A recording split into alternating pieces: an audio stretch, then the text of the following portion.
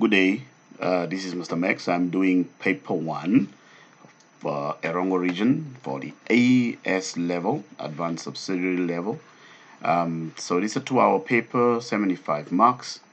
Of course, there are a few instructions that you have to take note of, notably the one that I have underlined here.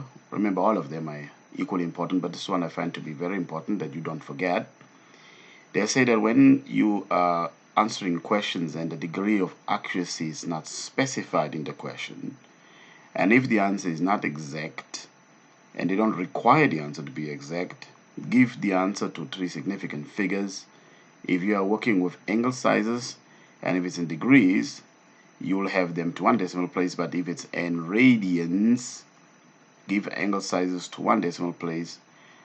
That is for degrees, but in radians you're going to give them to 3 significant figures unless a different level of accuracy is demanded in the question. All right, and you will take note of the word exact. There are cases where you will be required to give your answer in exact form. Okay, let's start right from the beginning. This is question 1. So you are told that the set of values, find the set of values of m for which the line with the equation 3 equals to mx minus y and the curve with the equation y minus 5 is equal to 2x squared do not meet. A few things to take note of, a couple of things. The first, maybe 3 things. When you are asked to find a set of values, then immediately, light bulb moment, you are dealing with an inequality. Okay? Another thing to take note of is that when you are told that 2 functions don't meet a line in a typical quadratic one, you have to think of the discriminant. And in this particular case, you remember the discriminant is b squared minus 4ac. And because they say do not meet, this implies that our discriminant will be less than 0. Delta will be less than 0. That's what that implies. Okay, so not only do you have to know you're going to deal with an inequality, but what will that inequality actually be? And another thing maybe worth mentioning, this line, perhaps you write them y equals to something. In this case, y equals to mx plus c. And this one, y equals to whatever it is, ax squared plus bx plus c, so that you can equate them. Okay, so let's start the process. So I'm going to take the line 3 equals to mx minus y, and of course that can be written as y equals to, it means take the y to the left and bring the other one over. That is going to be mx minus 3. Okay, just make sure that you get that.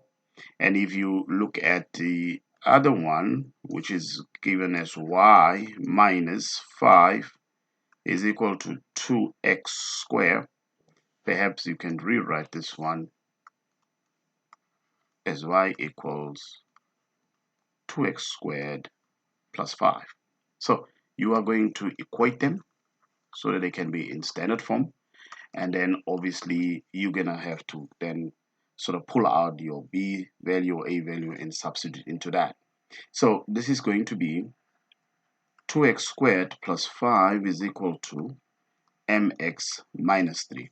Okay, now I'm writing like this because I'm trying to preserve the space. This give us 2x squared minus mx plus 5 plus 3. Well, I'm going to say let it equal to 0 for now, but I know that I'm dealing with an inequality. Okay, so this is nothing but 2x squared minus mx plus 8 is equal to 0.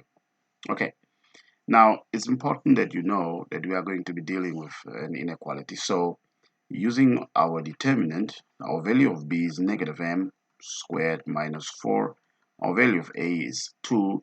Our value of c is 8. What this gives us, it gives me m squared, 8 times 8, minus 64. That's what that gives us. Right. Now, of course, remember that this should be less than 0. So in a nutshell, let's bring in a a parabola of what that is, and this is your x value. Think of this thing as a function, and this function is less than 0. Okay, actually that function is not going to take that form, not necessarily. It's going to take a different form because the function originally, let me see if I grasp that concept. Okay, yeah, well, we are on the right path. Actually, we're on the right path. We are on the right path. That is going to be above the x-axis, and when you are above, no, sorry, below the x-axis because of the inequality here. The inequality here. So we expect the values below that. So that's why I let it equal to 0 so I can find those critical values of m. So what I do is I'm going to say let this stuff equal to 0, and I'm going to find critical values of m, whatever m will be here and whatever m will be there. So that implies that if you do this difference of two squares, this is m minus 8, and the other bracket will be m plus 8, or you just take the square root of 64. Okay, so the values of m is positive and negative 8. So that implies, because these below, that our solution henceforth has to be that m is less than 8 and m is greater than negative 8. That is the solution. Is a set of inequality. Your answer is not a solution of m equals to, it's a set of values of m that will satisfy, where if you draw that parabola and if you draw that line, they will not meet. Okay, let's go to question 2. You are supposed to express this in vertex form. Now, I like to deal with one or two things. I like to know what is the turning point, because the turning point of a parabola, okay, this is vertex form, so the same thing, just write in this form. Basically, the two things are the same, and that concept is very applicable at part B. The turning point, whatever the turning point of this parabola would be, you know, if I use my formula, which is x equals to minus b over 2a, and you guess correct, this formula is part of the quadratic equation. So it says, it gives the axis of symmetry of the parabola, okay, and maybe I'll show you now in a bit, but I do expect you to be able to do that, all right, to be able to know. Then from our substitution, our value of b, it's very important that you don't make a mistake. The b is negative 8, okay, and 1 is for the value of a. So you are going to put negative 8 over here, and you're going to put 1 over here. So when you do that, you're going to get 8 divided by 2. This gives me that x is equal to 4. Now, how do I find the y value, which is like the output? So I'm going to take my function, and I'm going to substitute in my function, the original function that I was given. I'm going to substitute everywhere where I have an x, I'm going to substitute it in here. Okay, so this is going to give me, if I put 4 into my function, the output, that is the q value. That is the q value. All right, and you can grab a calculator and see. Well, you'll see that, wait a minute, that output is negative 5. So for my TP, I know that it is going to be 4, 5. But if I put it in this value or in this format, you'll be saying x minus 4 is the opposite of that, minus 5. So it's supposed to be negative 5 over here. Okay. Now, this is important, and one can quickly show you if in the event you have a problem with stuff like that. So let me just use the software here. So you have the function, let's say we call it y equals to, and that function is it's x square, okay, that's what it is, and then it is minus 8x as a plus 11. So if you look at this function, you would see that the line of symmetry, okay, the line of symmetry is the line x equals to 4. Can you see that? All right. So that's what that is. This is the line of symmetry.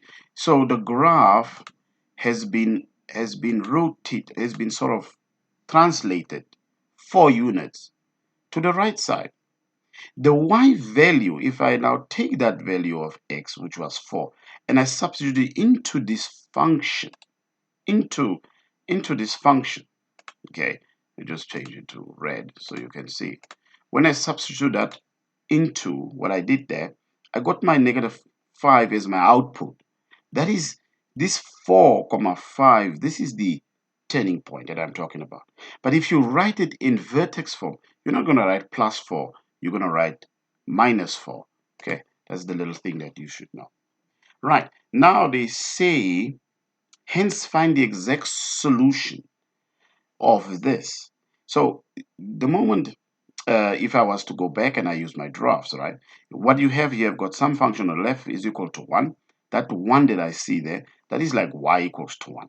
Okay, so if I have to draw the line, y equals to 1, what this question is asking, it's asking for these solutions here and these solutions here. But it's looking for the exact values. Like you can see, this is like 6.45. The other one is 1.55. But it goes on and on. So what will be those exact values? How do you find it? Well, it's very straightforward. Using these 2 marks, you shouldn't have to think so much about it. We know that this equation is identical to this x minus 4 all square minus 5. These two are exactly the same. So if that is equal to 1, then you just solve this. So this becomes x minus 4 all squared is equal to 6. That is going to be that 1 plus 5. Now you're going to get rid of that square by taking the square root of both sides. So this is x minus 4 is equal to the positive and negative square root of 6. Hence, my x value will be 4 plus or minus the square root of 6. Square root of 6. All right? You can write them separately, but you can also write them together. So what I mean separately, you can say 4 plus the square root of 6 is one answer, and the other answer is 4 minus the square root of 6. So let me just grab the calculator so I can show you. So if I say one answer 4 plus root 6, that gives you about 6.45. Can you see that 6.45? If I go back to my 6.45, you just have a look here. Yeah, you can see that point, 6.45. That's what we meant by that, but it's not exactly 6.45 since it's square root of 6. It's an irrational number. Hence, they are looking for the value of the exact solutions. And this is something that you should avoid, or at all times, that is misreading the stem. Exact solutions, exact answers. Your answers will often have, surd forms and stuff like that, or pi, or whatever it is you're supposed to do. All right, let's go to the next question. This paper has got quite a number of questions. So what I'm trying to do my best to explain each one as we're going through it. Yeah, you can use it obviously for revision purposes. So we are dealing with a geometric progression. So I'll just go ahead and write down. This is what I'm always going to encourage you. Okay, you have to write this down so that you can know that you're not dealing with an AP. They are saying the third term, so T sub 3 is equal to A R 3 minus 1. The third term is equal to negative 108. So I'm just going to write this now as AR squared is equal to negative 108. And I'm going to let that be perhaps my equation 1. Okay. Then they are also saying that the sixth term of that same, okay, is equal to 32. You can go ahead and then just simplify AR to the power 5 now is equal to 32. And then I'll go ahead and I'll label this to be my equation 2. Right, they're asking us to find the common ratio and to find the first term, that is R and A. So what you're going to do is you're going to take equation 2 divided by equation 1. Doesn't really matter, okay, which one you take first. So I'm going to take equation 2 and I'm going to divide it by equation 1. All right, this implies that AR to the power 5 over AR squared is equal to negative 108 over there, and what is this one? Equation 2, my bad, supposed to be equation 2 is the positive one, is 32 over negative 108. Well, this will give you A. Now, the thing is, the A's, they do cancel. I hope you can see that. The A's will cancel, okay? The A's will cancel. The R will now power 3 because R raised to power 5 divided by R is R to the power 2. You are subtracting the indices. And this gives us negative 8 over 27, all right? So this is negative 8 over 27. In fact, you now have to take the cube root of that, okay? So if you were doing that, of course, you can always say, wait a minute, this is the same as 2 over 3, all right? And it raised to the power of 3. So when we have the same indices, when we are comparing the same indices, then we just equate the bases. So our R value happens to be negative 2/3. So this is my value of R. Now I have to find my value of A, so substitute in any one of the equations your R values. I'll substitute R equals to negative 2 over 3, and I'm going to substitute it into equation, well, let's take equation 1, into equation 1. So what will that give me? That is going to give me A, which is what I'm looking for, but my R is minus 2 over 3, okay, that was squared. It should equal to, is it equation 1? Negative 108. Okay.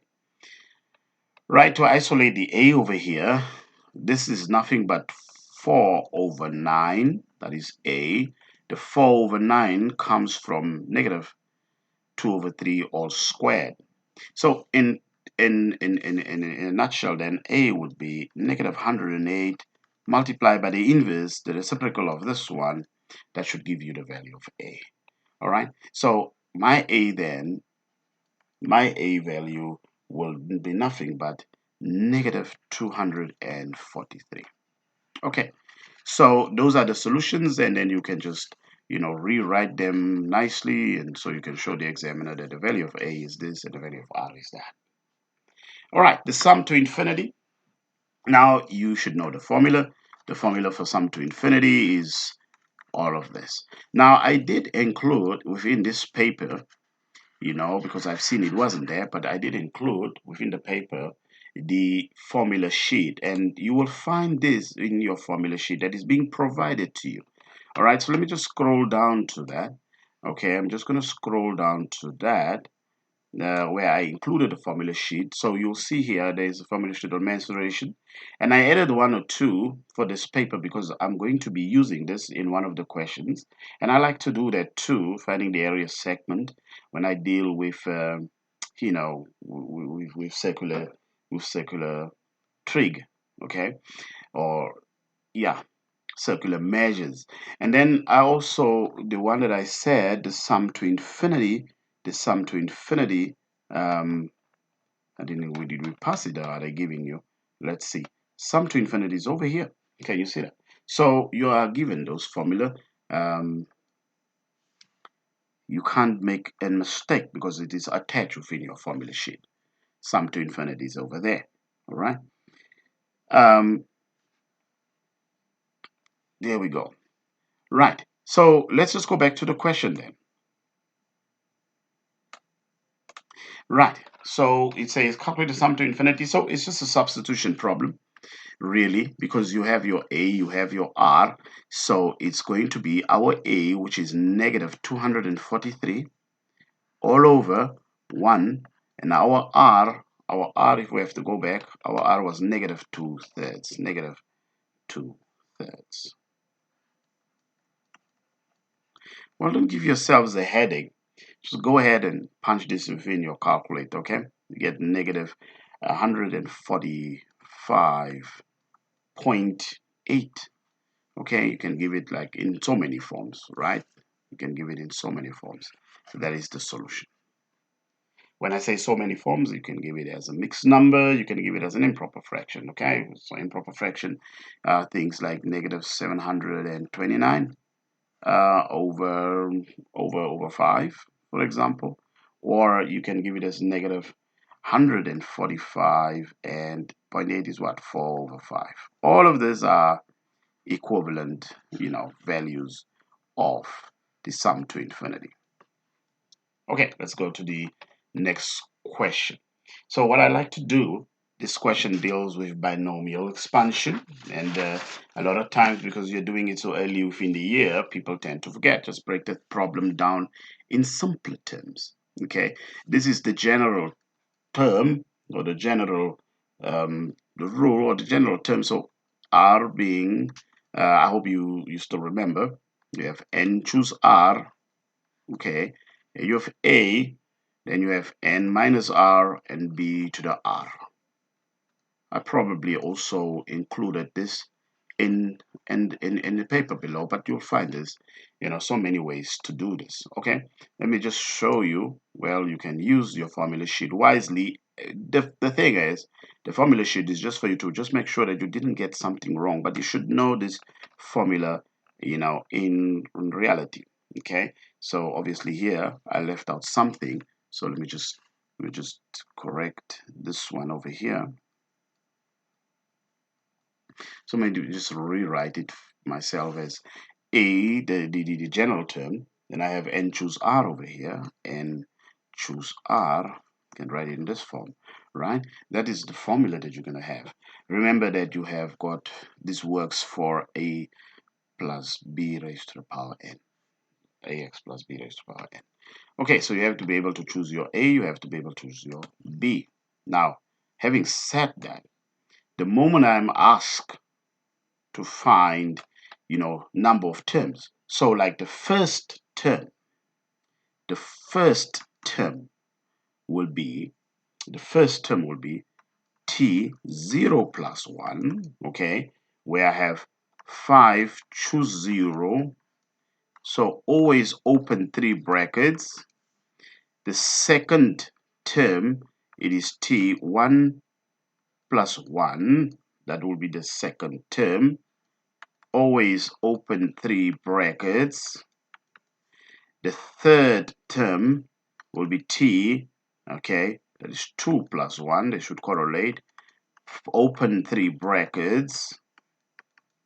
And then they say we must find the first 4 terms. So the fourth term will be, that is 3 plus 1, open 3 brackets, okay. So this is 5 choose 1, 5 choose 2, and 5 choose 3, okay. And this one, you're going to put your A value. Here, A, this is A and B. A is 3, 3, 3, 4 of them. What is B? B is minus 2x, minus 2x, minus 2x, minus 2x, minus 2x, right? What do we now know? We know that this one over here, the one for B will have everything that is over here. So B will have this, is where my B will be, right? This is where I'll put that value. Here is where I'll put this value. Here is where I'll put that value. So just go ahead and do so. So here I'm going to have 1. Here I'm going to have 2. Here I'm going to have 3. Okay? And they should all add up to 5. So if this is 0, this one has to be 5. If this is 1, this one has to be 4. If this is 2, this one has to be, what is that? What's that to be 3? Because they should add up to 5. This one is 3. This one has to be 2. You can already see the, the issue over there. Now just go ahead and grab your calculator. Okay, 5 choose 0. If you don't know that answer, you use 5. You use this n choose R. 5 choose 0, of course, that is just 1. All right, 3 raised to the power 5. Well, that is 243, and anything raised to the power of 0 is just equal to 1. So that's 243 over there. Okay, you can then go ahead and find the second one. The second one will be negative 810x. Okay, then you find the third term. The third term is 1080 x squared now, and the last term there is negative 720, I believe, x cubed. Just make sure that you do know how to calculate those values, right? So like for example, the fourth one, I've got n5 choose 3, so I'm going to put my 3 over here. That gives me 10, which is this value. 3 squared is 9 times 9, okay, that's 90, and this is negative 2 raised to the power of 3. Negative 2 raised to the power of 3 is negative 8, so multiply that by negative 8, okay, that gives you this value 720, and then x raised to the power of 3 is x cubed. Okay, right, now you have your 4 terms. You can write them out like that, or you can now go ahead and write them in whatever way you want, but those are my 4 terms, and I think it's an independent mark for which one of them. So we are supposed to find the term, the coefficient of x squared. Now, let me just write down what I do know.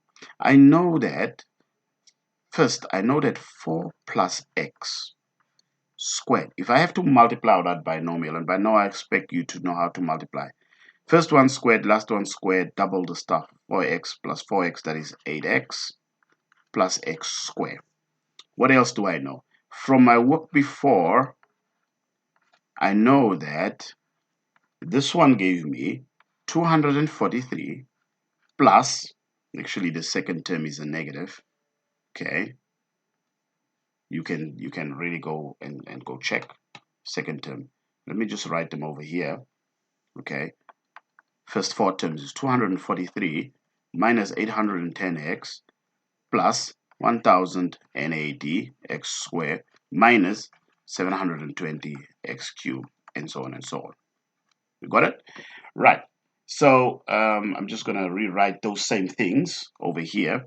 Okay. Minus 810x plus 1080x squared. Now I'm not going to go forward because this is a term in x cubed, which I don't really necessarily need when I do take these two and I compare them. Okay. Right. So if you now have to look at it, you will say to yourself, all right, this is implying that 4 plus x all squared times 3 minus 2x raised to the power of 5 will be the same as this 16 plus 8x plus x squared multiplied by, okay, let's just write it nicely, that's squared multiplied by, you have 243 minus 810x plus 1080x squared plus dot dot dot. Now, we're going to see where can we multiply that we're going to get an x squared term. If you take this 16, and you multiply it by this term, all right? We will just use highlighters. If I multiply 16 times this term over here, no, not that term, sorry, my bad, it's not going to give me an x squared, times this last one over here, there's going to be an x squared term. So let me write it down. If I take 16 times the 1080 x squared, I'm going to get an answer in x squared. Okay, that is, you can use a calculator, 17,280 x squared. That's not the only time that we are going to get an x squared term. What if we take another look? Let's take, we take this 8x and we multiply by this one. Of course, it will generate a term in x squared. Can you see that? So it's really, you have to play around with it. So I take that 8x and you multiply that 8x by negative 810x. Of course, this one is giving me negative 6,480 x squared. And then there should be a last one, or another one, so to speak. And just be very careful when you pick those things. If you take this x squared term and you multiply it by this one, of course, that will give you also a term containing x squared. So let me just write it down here. So that is the same as x squared times 243, and you guessed it, it's 243 x squared. Now, let us add all these coefficients together because I'm only interested in the coefficients. I'm not interested in anything else, all right? So we are interested in the coefficients. That means this value over here, this value over here, and this value over here, for me to see what is the coefficient of x squared. Okay, so you will definitely will be writing on your paper. So I'll say the coefficient of x squared is, I'm going to write it down here, is 11043. Okay, that's 11,043. Do not write x squared. Just we're interested in the coefficient. You can obviously have a look by taking those values, add and subtract them. 17,280 minus 6,480 plus 243 is going to give you that value. Right, let's come to the next question. Question 5. Of course, I'm going to save because I don't want a mishap. I hope you're following as I am working out. And please subscribe. Let us get our subscriber total, to, let's get it to, let's get it to 7,000. If we can do that, the moment it goes up, then I will be uploading things on, on various stuff. I will be uploading integration, further integration. That is what I'm looking at. Okay, you will see that these are the number of videos, 400 videos on various topics. I will definitely find time to put them nicely in a playlist. There are playlists that you can go to, and then you can find in the various playlists what you're looking for. Of course, it still needs to be updated, but when you subscribe, you can increase that. You can make this project big. Don't forget that. And these videos are public, which means you can download them.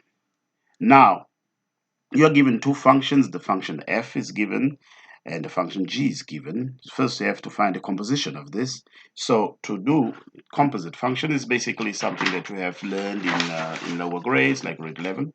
So you'll be taking all of g, always working, all of g. This means you're going to take this function over here.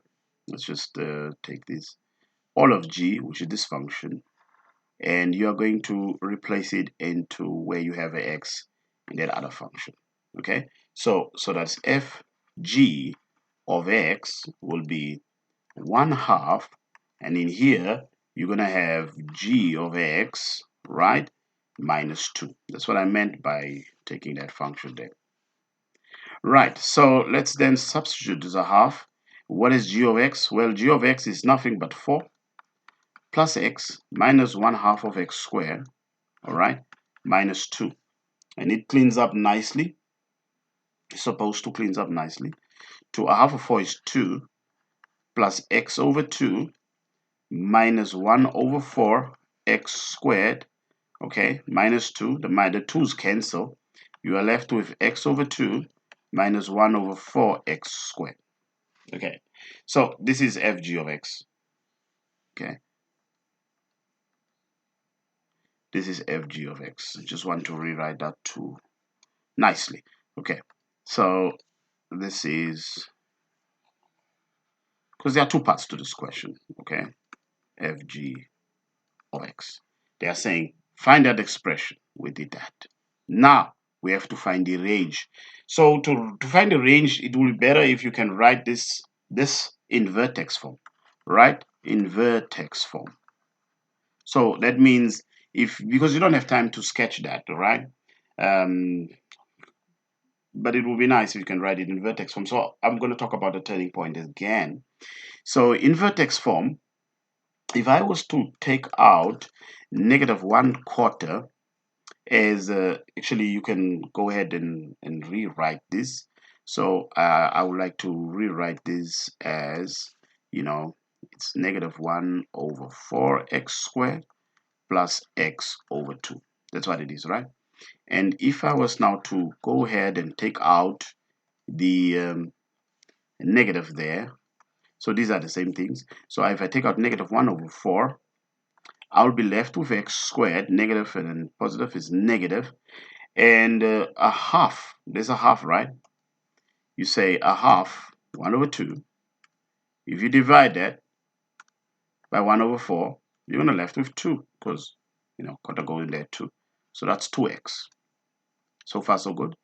Right, I have -1 over 4, and I have x minus 1 all squared. Remember, half of that all squared, you're completing the square. All right, and because you have that, what you're going to do is you have to take away a value. Okay, so you have to take away a 1, because in this x minus 1 all squared, you're going to have x squared minus 2x plus 1. So take away a 1. All right, so we're nearly done. If I was to multiply out, because I want to find the vertex form, so I'm going to multiply out that negative 1 over 4. And if I multiply negative 1 over 4, I have a negative 1 over 4. Now the x minus 1 all squared, okay, gets that. You see the square brackets disappear. And a negative times a negative is a positive. And 1 over 4 times 1 is 1 over 4. So what am I interested in? I'm interested in this stuff. What is this telling us? Remember, when you're dealing with x plus p all squared plus q, this q represents the same value. The q is the vertical translation. Is the vertical translation of the graph. So that tells me that the y value will be, because this is a negative, right? The graph is going to take some shape like this. And this point here, this point, the y value of that point is the point that is going to be, because the graph is going down, it will be less than or equal to 1 over 4. And that is the range. I think I also have the graph and that graph for you to see what I meant by that. So let me just bring that function. Let me just bring that function, take a snapshot of this, doesn't matter. Okay, and I'm going to put it up here. So that's what it is. And can you see it, the way the curve will go and the value that we're looking for when that's the turning point, the turning point, it's somewhere here, right? That is the 0.25 that we're talking about. And can you see the graph is going downwards? So the y value is y is less than or equal to that 0.25. This is the range of the graph. Okay, vertical. That's what we mean by that. All right, let's come to question 6. They say the line 4x plus ky is equal to 20. This line passes through this point, A being 8, negative 4, and B being B, 2b. And k and b are constants. Finds the value of k and find the value of b. Let's see what we have. We have 4x plus ky is equal to 20. We have a point A, which is 8, negative 4. Let's substitute this point x and point y into this. That is 4 for x and k. Oh my goodness, let's just not write that k like that. It's horrible. Okay, k will have a y value equals to 20. So let's just substitute. Okay, x is 8, y is negative 4. This is going to allow me to find the value of k. This is 32. This is minus 4k is equal to 20. Minus 4k is equal to negative 12. Okay, subtracting 32 from both sides. This implies that k is equal to 3. Okay, let's take that same equation. We say, okay, 4x plus ky is equal to 20. But now that we know what k is, we're going to substitute our k back as 3. And we're going to take point B, which is given by B, negative B, and we're going to substitute for x and for y in this function. Okay, that's what we are going to do in order for us to find the value of B. It's actually a very straightforward question. This is B, this is it minus B? It's actually 2B. My mistake. I wrote it wrongly from there. It's B and 2B. So let's just correct it also here so it doesn't look confusing to you. All right, this is actually 2B. Okay, it's 2B. Those are the points that we are going to substitute. This is the point y, and that is the point x. Got it? Right, so this is going to allow me to find B. So let's clean it up. This is 4b plus 6b is equal to 20. this is 10b is equal to 20, then b is equal to 2. All right. So therefore, b equals to 2 and k equals to 3. I think we're all good. We understand. It's just simple substitution into that function and solve them. Okay. Right. Now they say find the midpoint of AB. Very important. Let me just write down what is A. A was the point 8, negative 4. And now B is the point. Now remember, what was our B? Our B was B, 2B. Okay. Initially, our B was B, 2B. And now that B is equal to 2. So our B would be 2 here, and here would be 2 times 2, which is 4. Okay. Midpoint of AB, just take the x values, find the mean. Take the y values, find the mean. Okay. The midpoint of that is going to be 8 plus 2 divided by 2, and then negative 4 plus 4 divided by 2. 8 plus 2 is 10, half of 10 is 5. That is 0 on top. 0 divided by 2 is 0. There you go. That is the midpoint. Good. Question 7. Now, I hope I'm not moving too fast for you. Again, as I was saying, you can definitely pause the video, and then you can go back and so on. Right. So I'm also going to pause the video for a while. Okay, so let's continue. Let's see question 7. Now, question 7 is a quite interesting question, and I would suggest that you take your time whenever you do this question. Right. So the diagram shows a motif formed by the major arc AB, all the way around there, and then so that's the major arc that they are talking about, and then they are saying the radius is R and the center O. And then there's also a minor arc AOB, this one over here, and it's with a radius of R but center C. So what that means is that, just to bring in a diagram, don't know whether it will be accurate for you to see. So that means that is a circle. I think more or less you get the idea. There's another circle over there. That's what that one means.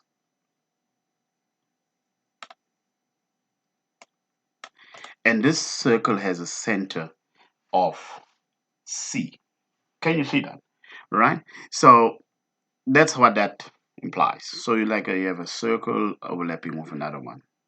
That's basically what it means there. They say given that angle ACB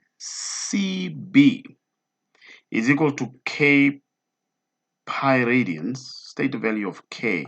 And this is one mark. State, you just have to look at it and say, I can see what it is. But let me take out this circle. Okay, just delete it. Let me make this a bit bigger so you can see what is it that I'm going to do here. You might not be able to see. Now, if you look at, let's bring in a dotted line. From here to here, that's the radius. OC is a radius. Can you see that? So if OC is a radius, then it implies that this is also R. You get it? Now, if that is the case, what they are actually asking us to do in this question, they want you to find angle ACB, or to state angle ACB. So let me just complete the thing so that you can see that this is supposed to be, I just want to change the color. So from here to here, from here to here. In fact, all of these things is r. R over here, r over there, because they are all, there's radius there, radius there. What type of triangle is this on the left? It's an isosceles triangle. If you just focus on the one on the left, it's isosceles triangle. So what is this angle going to be in triangle A? Let me write it like this: triangle ACO, like that. Doesn't matter. Triangle ACO. That is 60 degrees. Okay, but what is 60 degrees in radians? Well, that's pi over 3 radians. That's what it is. So this is pi over 3 radians, and this is pi over 3 radians. So you have 2 pi over 3 radians, or 2 times 60, which is 2 times 60 is 120. Another way to write 120 is 2 pi over 3 radians. That is what that is. So angle ACB. So now make it smaller now. Okay. Let's just zoom back. So if I now make it smaller, angle ACB,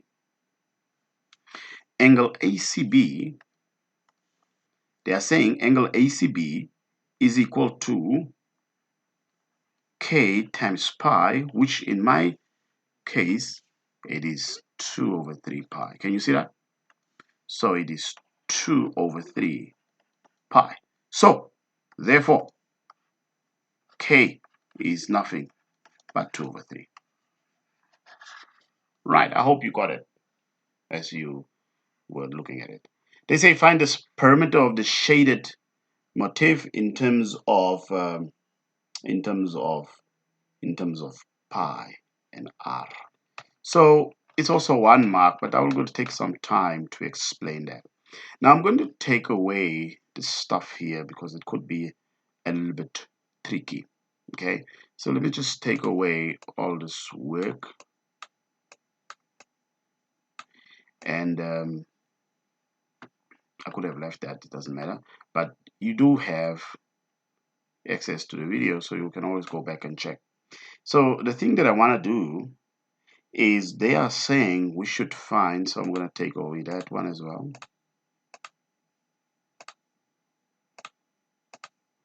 Maybe what we are going to do is I'm going to show you, maybe I'm going to take away this as well because it's quite realistic, and I just want to make solid lines over here. So this is a solid line now. This is a solid line. Okay, now we'll be removing this one also. Okay, just suppose, imagine that that one wasn't there. I don't know how else I can hide that one. Okay, so the region, what I'm trying to do, because we are supposed to find the perimeter state, we are supposed to state, but I'm just going to show you how to find it anyway, of the shaded motif. So it's this arc length over here that I'm trying to work out. Okay, good. That arc length over there. So remember that arc length, you have got this, okay, from the minus sector, What is it that we know? Now, if you go to your formula, you should know that to find the arc length, okay, the arc length is of something like that. It's theta over 2 pi being, the whole thing, times the circumference. Circumference is 2 pi r. Just want to show you where it comes from, maybe. But you can find the formula. The 2 pi's cancel, 2 pi's cancel. So the arc length is r times theta. Okay, my theta here was 2 over 3 pi, 120 degrees. That's what this angle was. Okay, that's what that angle was. Now, if I want to find arc AOB, it's going to be that whole radius, which is r, but my angle is 2 over 3 pi. Okay, so that's what it is there. Now the other shaded part that I can show you, so that was the minor one. So if we are now finding the shaded part, let's say this one over here, this one over here.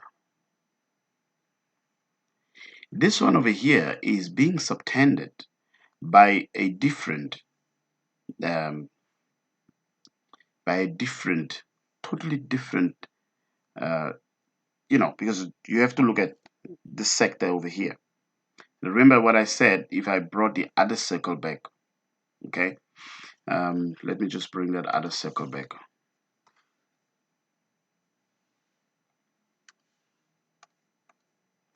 Let me put it here. Just make it bigger.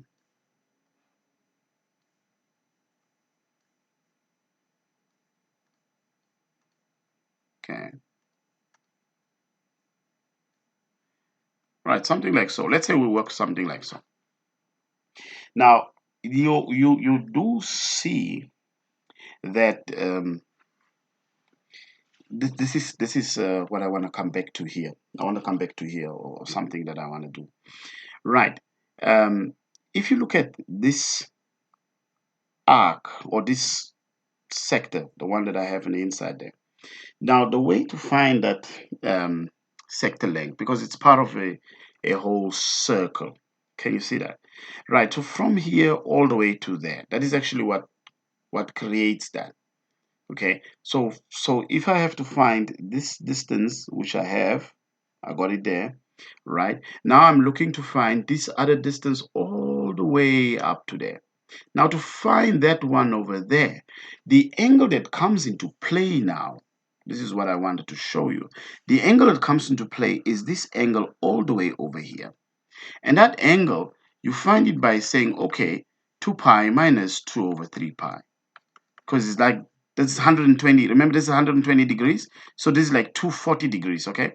So if you take 2 pi minus 2 over 3 pi, oops, let's go back there. That was supposed to be pi. 4 over 3 pi. And 4 over 3 pi, this is like 240 degrees. This is 4 over 3 pi. Are you with me so far? Radians. So now I'm looking for, this is the angle that it subtends, it creates that blue part. And the arc, so I'm going to say major arc, yeah, major arc AOB, or AB, major arc AB, all right, AB. Still using the same formula. Is the radius, which is still r. Our radius is still r, okay, still r. We're going to multiply that by our angle, but our angle is what? 4 over 3 pi. Okay, good. So this perimeter will now be, the perimeter will be this added with that. And you will see something very interesting. So let's just bring it so that so you can see what it will add to. That there was no need for all of that, but I'm just going to do it anyway. So I'm going to take that. Remember I said the perimeter is this one. And we're going to add, snapshot, this one to it. Okay. So when we add these two together, what do you get? So let's see. Let's bring in my pen. So if I add these together, okay, 2 over 3 plus 4 over 3, adding the numerators together, okay, 2 over 3 plus 4 over 3 is 6 over 3, which is 2. So it is 2 pi r. Can you see that? Okay, what is 2 pi? 2 pi is a complete circle, and r is the radius. That is the perimeter. So 2 pi r is the circumference of a circle. So what it really says that if, and now I'm going to clean this stuff up again, and hopefully you are not getting confused, right?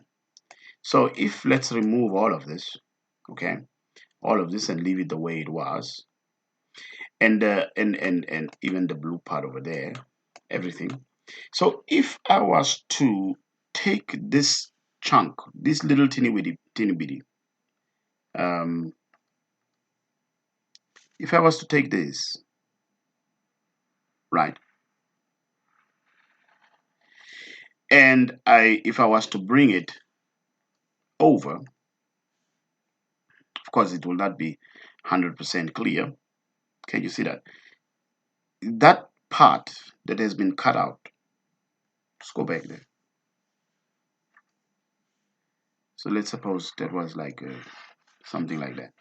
That part, right? That part, if you cut that part out nicely, then it will actually be the same here.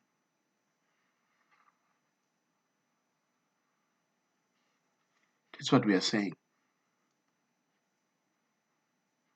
That's why it was saying you state. So it's like you flip that blue part. When you flip that blue part, it will be superimposed on the yellow part, which means that is going to be that complete circumference. That's basically what you have over there. I hope that me doing this at least assist you to be able to see that, because it's not something that is as einfach as people will think. All right, let's go to part C. Part C carries quite a lot of marks. Yeah, carries a lot of marks. Let's see. Now they are saying find the area of the motif. Give your answer in terms of pi and give your answer in terms of radians and so on. Maybe I should add a page. I wonder if I added a page at the wrong place. I added it at the wrong place. Okay, I added it at the wrong place. But if I was to append the page at the right place, let me say I'm going to append the page because I'm going to do quite a lot of work. Okay, I'm just going to append the page. Right, so this question will carry over, and let me go find it where I now put it. I put it at a different place. This, I'm going to cut this. Okay, I'm going to put this one all over here. Right, so that if I have to continue with my explanation, then at least you have an idea. All right, find the area of this, giving your answer in terms of pi, in terms of radius, r, in terms of root 3. The moment you have this root 3, you should know, as you are working and you find root 3 somewhere in there, definitely you are on the right path. Okay, now here's the thing that I want you to have a look at. We are looking for the area of the shaded part, the motif. So we have to remove this white part. But if I take the sector, right, and I'm going to let me draw in the sector. I take this A to C, A to B. Okay, and if I highlight that part, this part,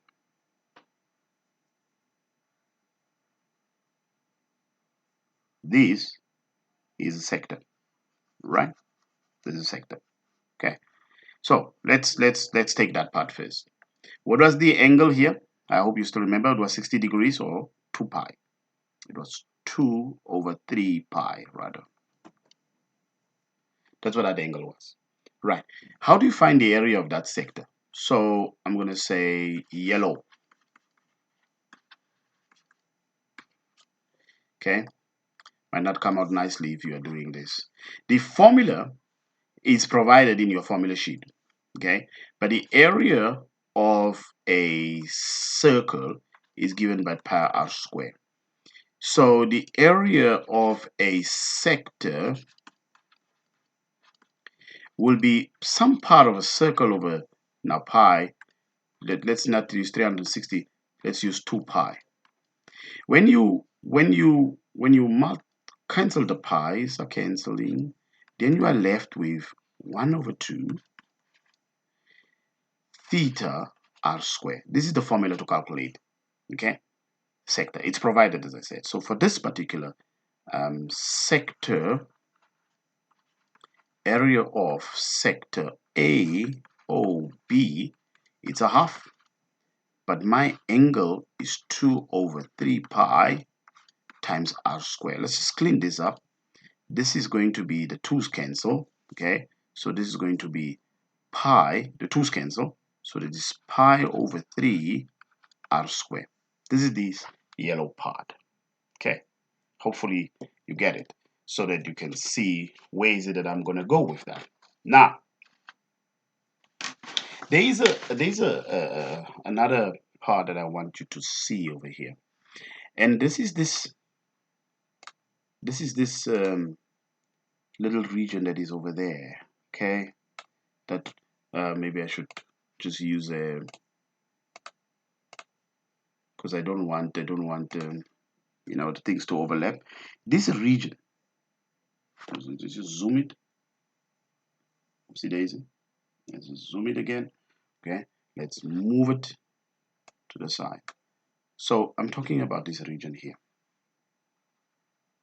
Can you see this region? We also need to know what that region is, because we'll have to subtract the whole thing from the big circle. That region will be the same as this region. Okay, so there are two of them. So I'll find one. Okay, I'll find one. So remember, we can say, okay, that region is called a segment. Okay, that region is called a segment.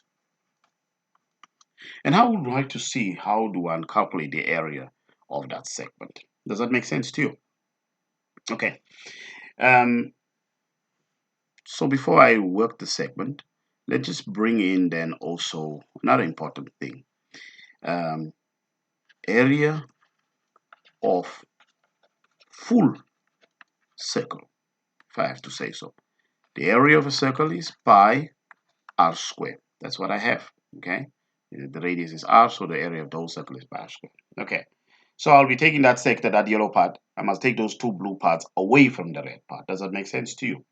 Now, let's see if I can quickly grab this.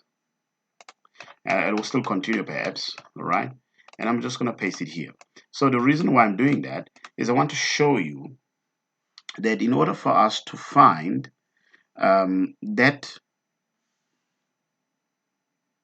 part over there, I actually have a triangle. So how would you find that sector? Okay, how are you going to find that? So if you look at the area of the sector that I have now completed there, let's say I want you to be able to see it. I know it's a little bit tricky, but it's not so much. Take this whole sector. I'm taking it from a different place now. Can you see that? I'm making that thing a sector, right? That's a sector now. So remember, our objective is to find the area of the blue part, okay? Area of the sector. So let's say that's the sector. Area of sector, okay? Area of sector. Okay, four things. Let's just quickly charge this guy over here before it goes haywire. Ah, there we go. Area of sector AOC. Okay. Area of sector AOC. That, remember the formula to find the area of a sector? I just wrote it up here. Okay. Here it is, half theta r squared. It's a half theta, my angle theta. Remember, it's 30 degrees now. Okay. Because the whole thing is 60 degrees. So 30 degrees, that's pi over 3 r squared radius squared. Okay. That's what that is, the area of that sector. Now, it's that yellow part. Now, I'm going to take the same thing. I'm going to do the same thing. I'm just working with this one. Remember, I'm just working with this one now. Now, I'm going to look for, just going to work with the same thing.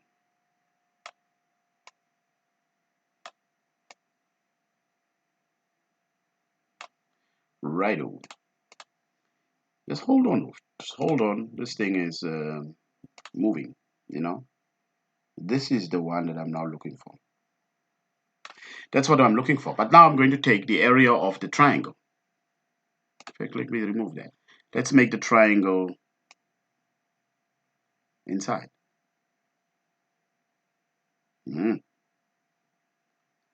Remember, that's an equilateral triangle, okay? That's an equilateral triangle.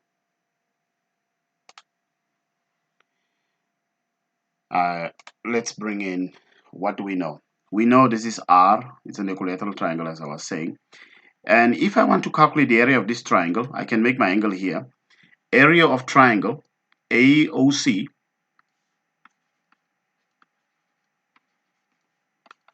of triangle AOC. AOC. Oh my goodness. The area of the triangle AOC. What is the formula? I hope you remember the formula. Area formula is half AB sine C. This is what I'm going to use now. So that's a half. AB is R times R, which is R squared. And then we take our sine. But our theta was what? Was pi over 3. Okay, so that's the area of the triangle. So if I take the yellow one, and I take the blue one, and I subtract the yellow from blue, okay? Just in that diagram, if I take yellow minus blue, that was going to be the segment that I'm looking for. So let's see. Remember yellow? Let's bring it, the area of the yellow. Let's just take a snapshot of it. This one, the whole sector there. I'm going to paste it here. And I'm going to take away the blue part. I know it's quite tricky, but once you have it, you have it. Okay. I think you can already see where I'm going with this. If you subtract these two from each other, that is only going to give me one of the segments there. Can you see that?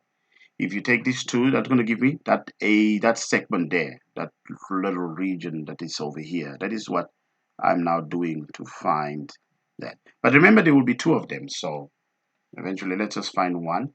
So there will be two of them, because on the other side is going to be another one. You understand that? All right. So what is this giving me? Well, let's take out a common factor. This is a half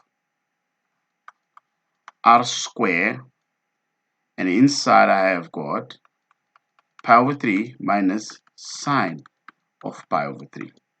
This is one of these segments. So for two segments,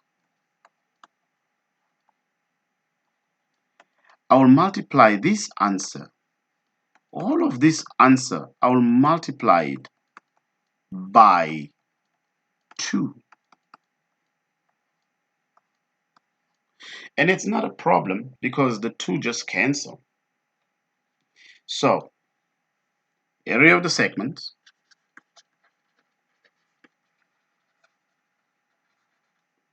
is equal to 2's cancel, R squared in brackets pi over 3 minus sine of pi over 3. Right, what do I have? So what this represents, this one here that I just have, this one represents this region here and this region here. That's what this represents. Okay? So what do I have? Let's write down what we have so far. Okay? So we can go back. Let's always make sure that you follow. Number one, I'm going to take the area of the whole circle. Okay? The area of the whole circle. Area of the whole circle. Area of the whole circle. It's pi r squared. And I'm going to minus. I'm going to minus what? I'm going to minus the segment. And I'm going to minus the sector. Let me go get that sector, the complete yellow one. Area of sector OB.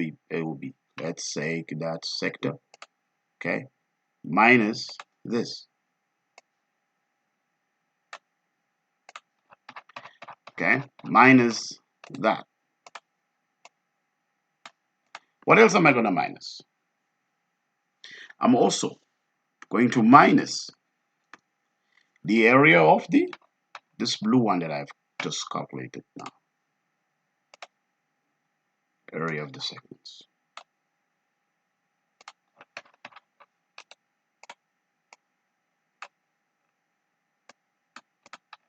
There you go. Right? Area of the circle, the big one. this one, take away this stuff, take away that stuff. So let's write it nicely. So the area of motif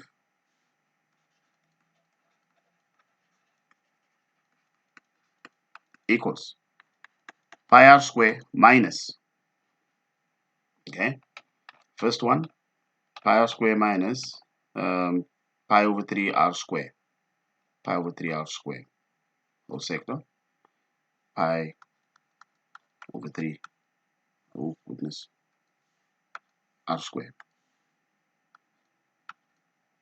minus, okay, remember that yellow part, the yellow part, the yellow part, it's over here. Did I bring the diagram? Let's go bring the diagram so you can see.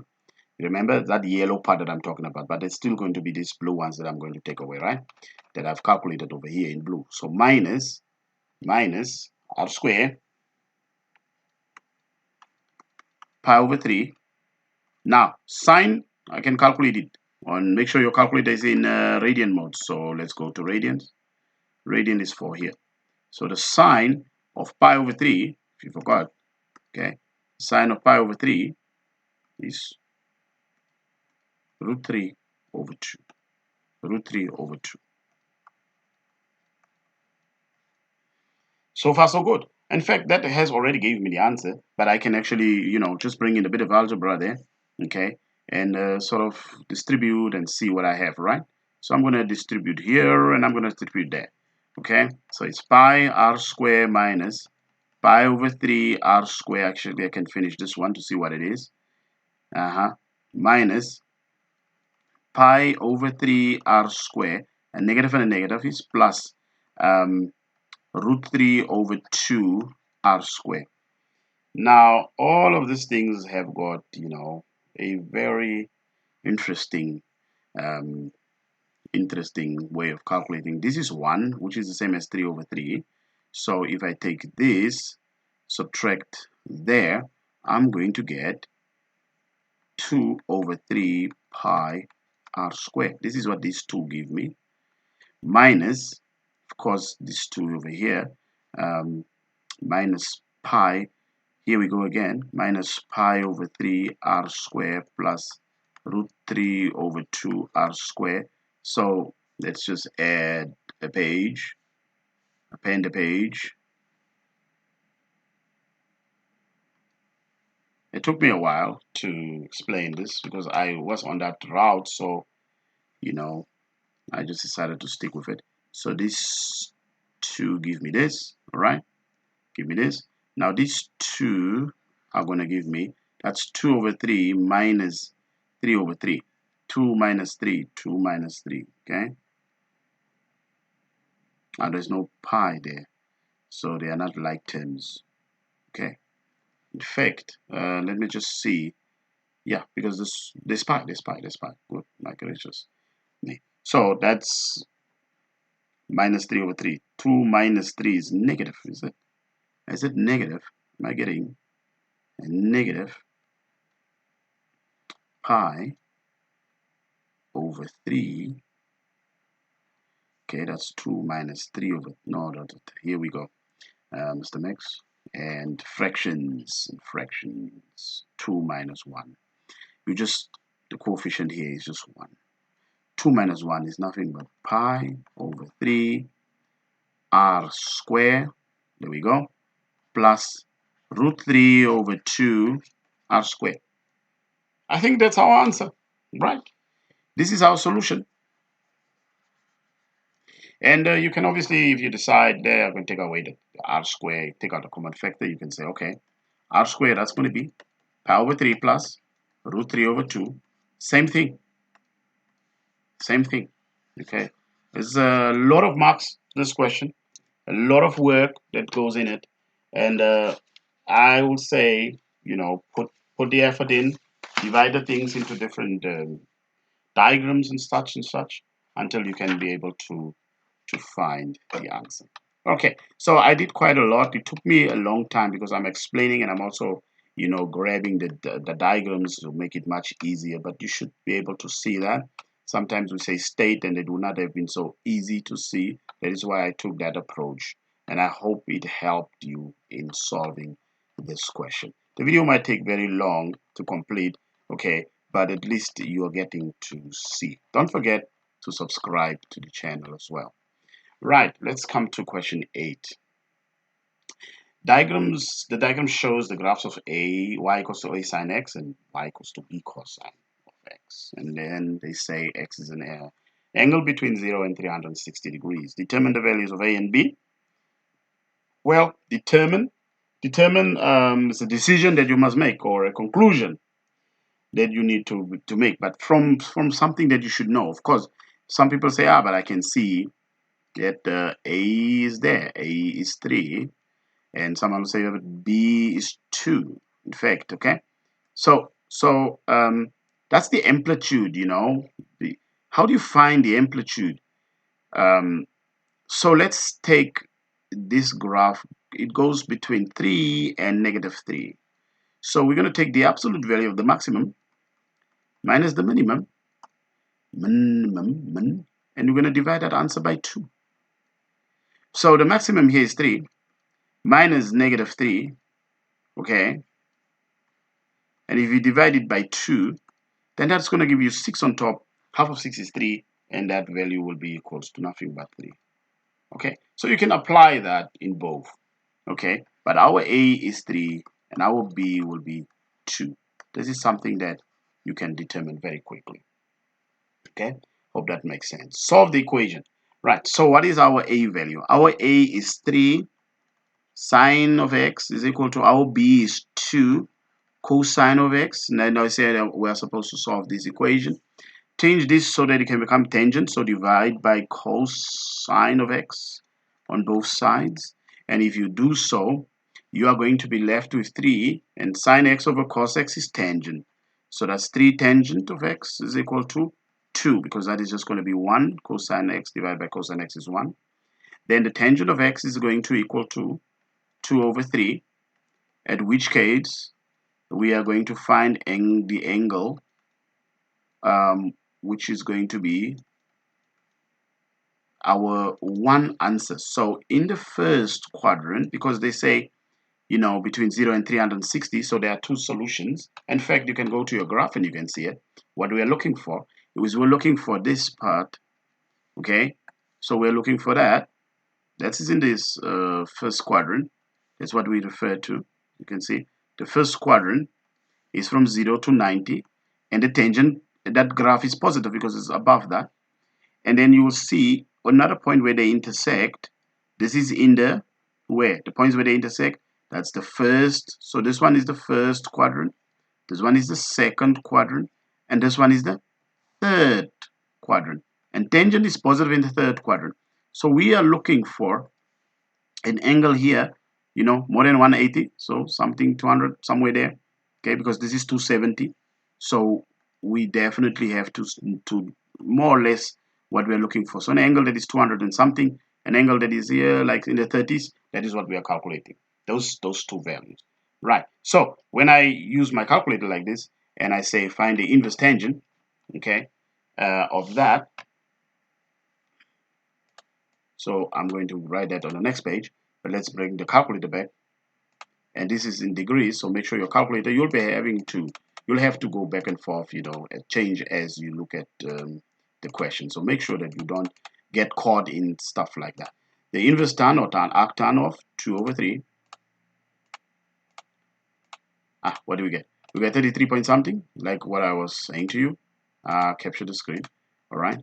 So that's what we get, right? But then you know that 2 values between 0 and 360 is going to be in the first quadrant. So in the first quadrant, the value of x is 33.7 degrees. And then what happens in the third quadrant? Now just go back to the diagram. So the distance from here, and I'm going to make that yellow. The distance from here to there is the same distance from there to there.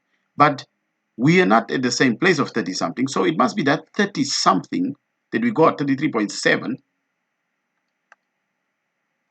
Okay. So this is like 33.7. degrees, and we need to add that 180 plus 33.7 degrees there. Okay, that's what we are going to get in the third quadrant. And clearly, if you know the cast diagram, you'll know that in the third quadrant, x is going to be 180 plus 33.7 degrees.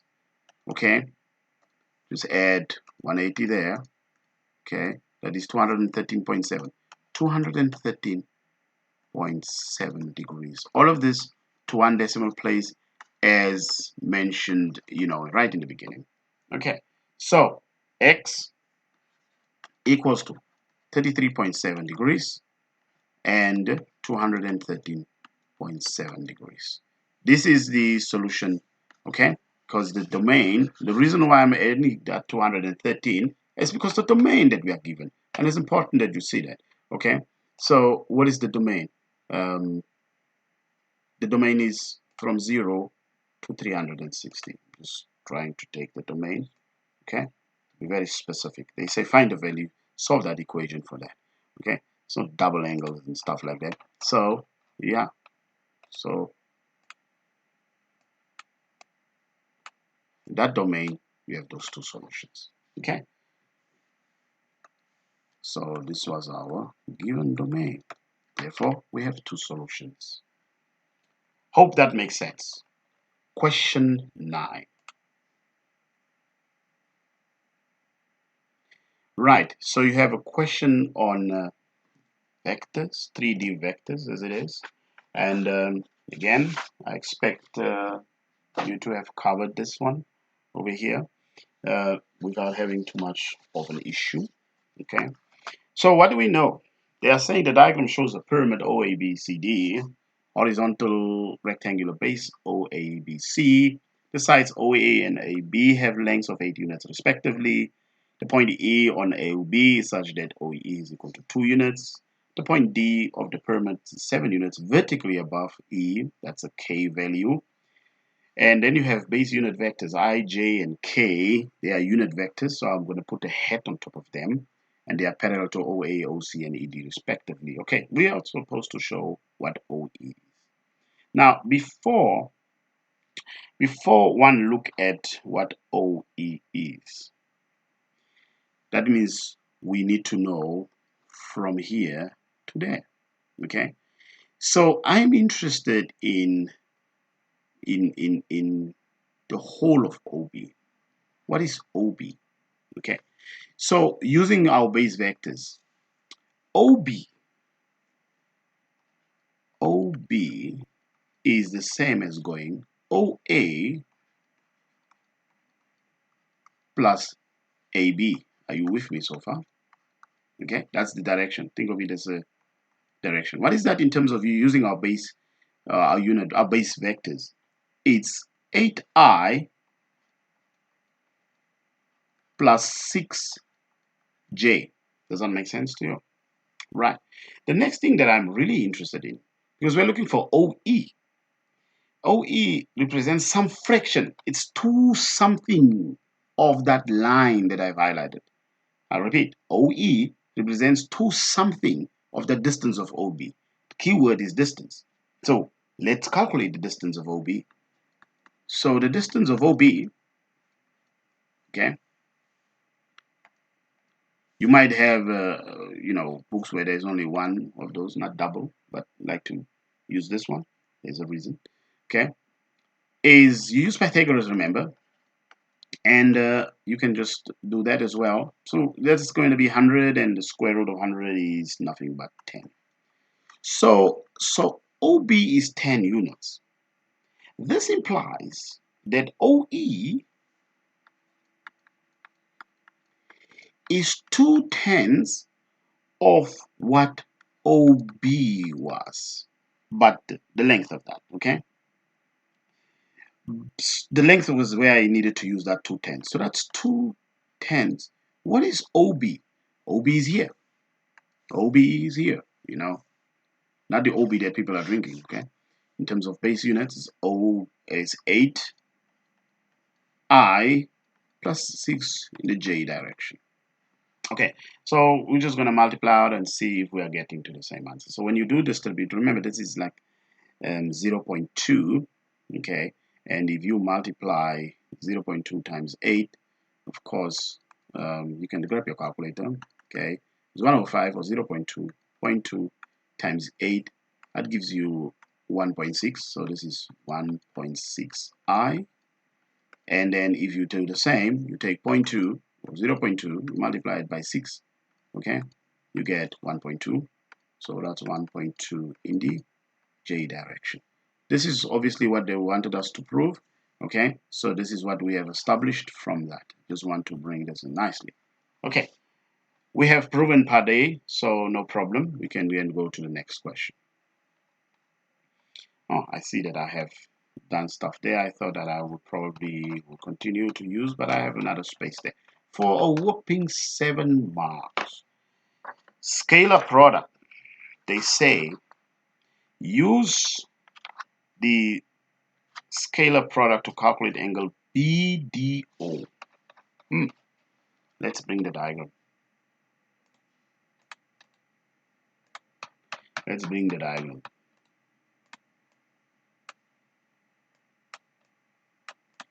They are looking for, I'm keeping on saving as I'm going, right? So that I don't lose the work. They are looking for angle B, where is B? B, D, O. That whole angle there. Just ignore the other stuff that is there, okay? They're looking for this angle over here. BDO. I'm going to put arrows like so because we are, talking about the angles. So those vectors either go towards that or move away from that. So in order for me to find that angle, I need to find a few things. First, I must know what is BD.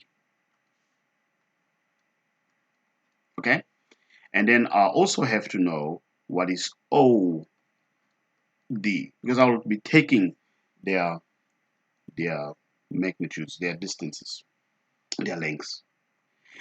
Going from B to D, okay, using position, I hope you still remember position vectors. Position vector is the position vector of the second point, OD, minus the position vector of the first point, okay? So OD will find from whatever we are going to get there. Now, what is OD? OD on its own, just this part, and I have it here. OD, going from O to D, is the same as going, just look at the diagram, from O to E, so I'm busy with this one here, right? That's what I'm busy with. How do you go? You go from O to E, go this way, and DE, or plus ED. Are we together? But we already know what OE from our previous work is. They actually gave us OE. So let's go grab it. It's this one here. So let's just go grab it. Okay. We know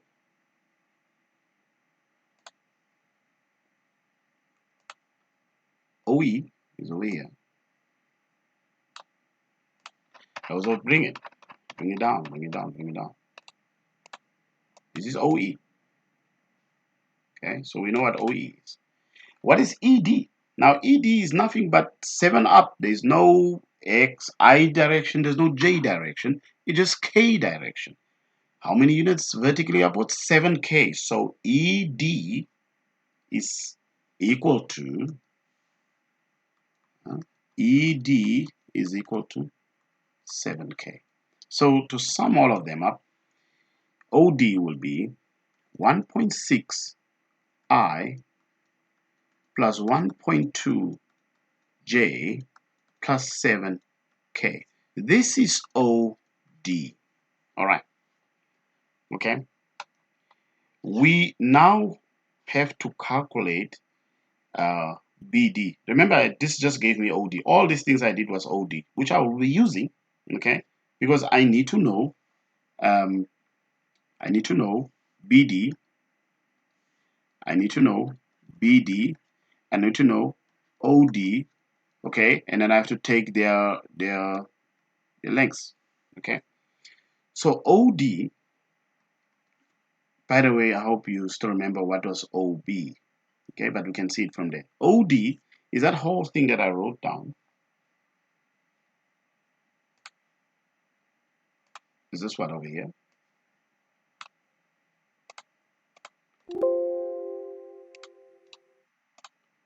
This is OD,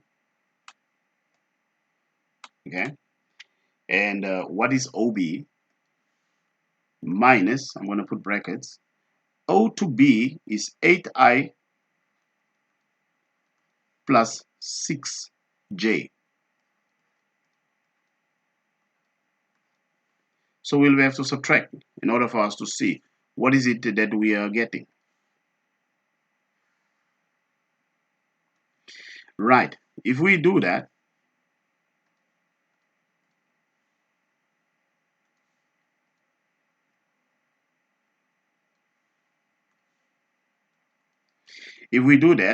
now use your calculator so you don't make a mistake. So subtracting the i's, 1.6 minus 8, that gives you negative 6.4. That's I. This is 1.2, okay, minus 6. So subtracting the j's, I have 1.2 minus 6. What does that give me? 4.8, negative 4.8, negative 4.8. What is that? Negative 4.8 j. Okay, and then 7k remains. This is very important that you don't make a mistake. So this over here, this whole thing over here, this is BD. Okay, right. So let me write down what I have so far. So far I have the following. I have BD is equal to minus 6.4i minus 4.8j plus 7k. I also have OD. What was all the reason for all of this trouble? It is because I need to find their magnitudes, their distance. Okay? Not only do I have to do that, I need to find the dot product. Okay? So let's maybe first find the magnitude. So the magnitude of OD, just Pythagoras, is 1.6 squared plus 1.2 squared plus 7 squared. Okay, let's grab our calculator, make sure we get the right answer. Square root 1.6 squared, oopsie daisy,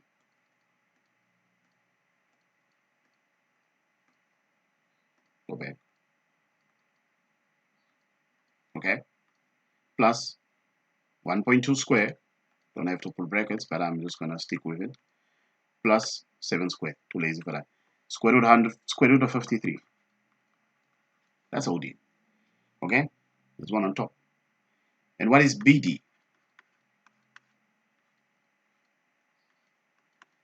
Square root BD, negative 6.4 squared plus negative 4.8 squared plus 7 squared. Grab a calculator again. I'll leave 7 squared there. This one is negative 4.8. Don't have to put the negatives, but again, as I said, just not to avoid making mistakes and for you to follow, I'll do that. Hit enter, square root of 113. Okay, what else do I need to know? I need to know the following. I need to know, this was now, I have the magnitudes.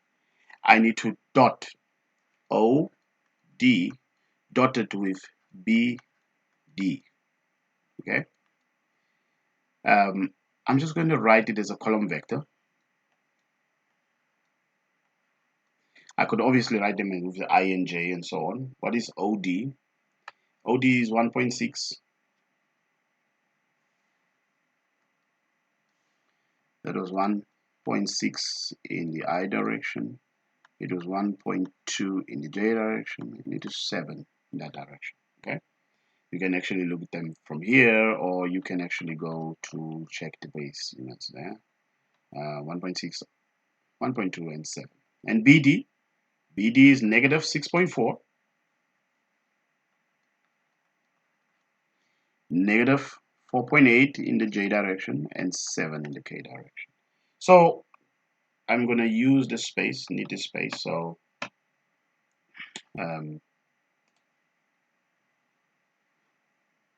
we just wanna take a snapshot of it so I can go to the next page.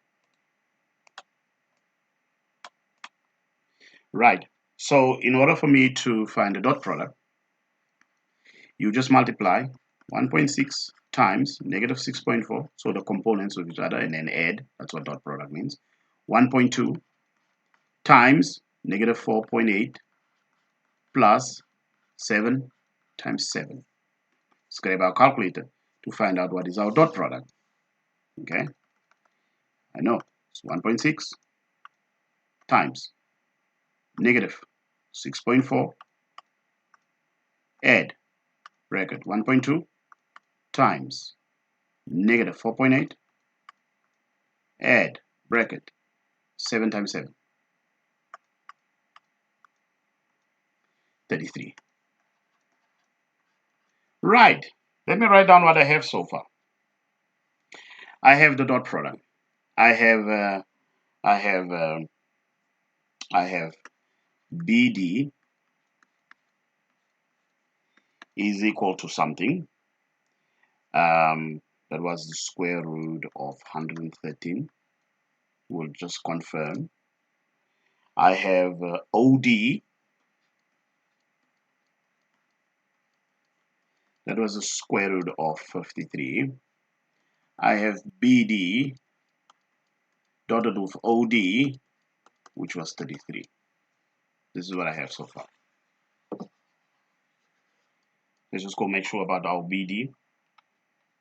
BD all the way. BD square root of 113. The other one is 53. Good.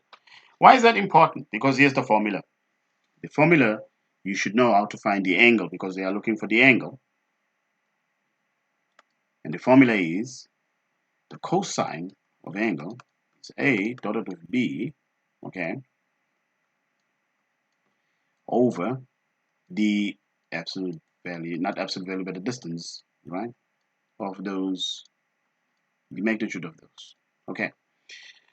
So we will say, using my values, the cosine of what is the angle that they ask us to calculate? They ask us to calculate angle BD, just make sure BDO, angle BDO.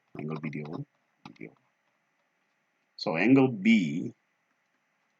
BDO is equal to that 33 that I calculated, square root of 113, I believe, multiplied by square root of 53. And whatever that answer is, we're going to take the inverse. Remember that? Page. Just so I can continue to the next page. Then angle BDO.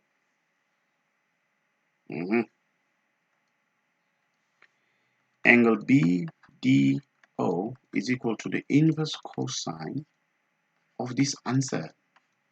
So let's grab our calculator. And again, I think everything here is in degrees. So just make sure they gave us everything in degrees. They say, yeah, it should be. I'm looking for the question. You just say find the scalar product. The angle's in degrees, right? Supposed to be in degrees, or you can give it in radians. Okay, because they didn't really indicate here. So giving the answer in degrees or radians, no problem. So my calculator is in degrees mode.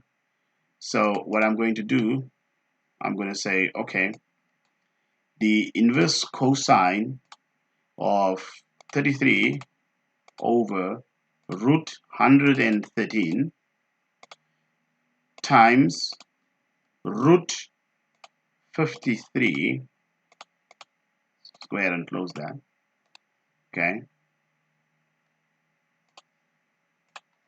This is my answer. If I want to give the answer to radians, let me just make sure that I'm changing my calculator to radian mode. So I'm going to say 3 here, 4 here for radians. And I'm going to say shift, come down here, and I want the answer in degrees. I want the answer in radians. Shift, come here, I want the answer in radians. Good. Should be, what was my answer in radians? It's in degrees, I must change it to radians. Shift, answer in, okay, there we go. So answer, there we go. So I have changed it now. I hope you know how to convert back and forth by using 180 over pi and so on. So this answer in radians. So the solutions, or the solution, is angle BDO is equal to 64.8 degrees or 1.13 radians. So 3 significant figures for radians and 1 decimal place for degrees.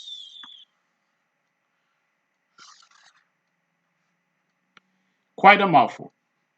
Quite a mouthful. And as you see, as I work, you might even see that whatever mark scheme you're using, perhaps the answers were not exactly the same. But, it is what it is, and that is what we have. Okay. Right. I suppose we can go to the next question. 10. The gradient of the graph. We have to find the gradient, dy dx.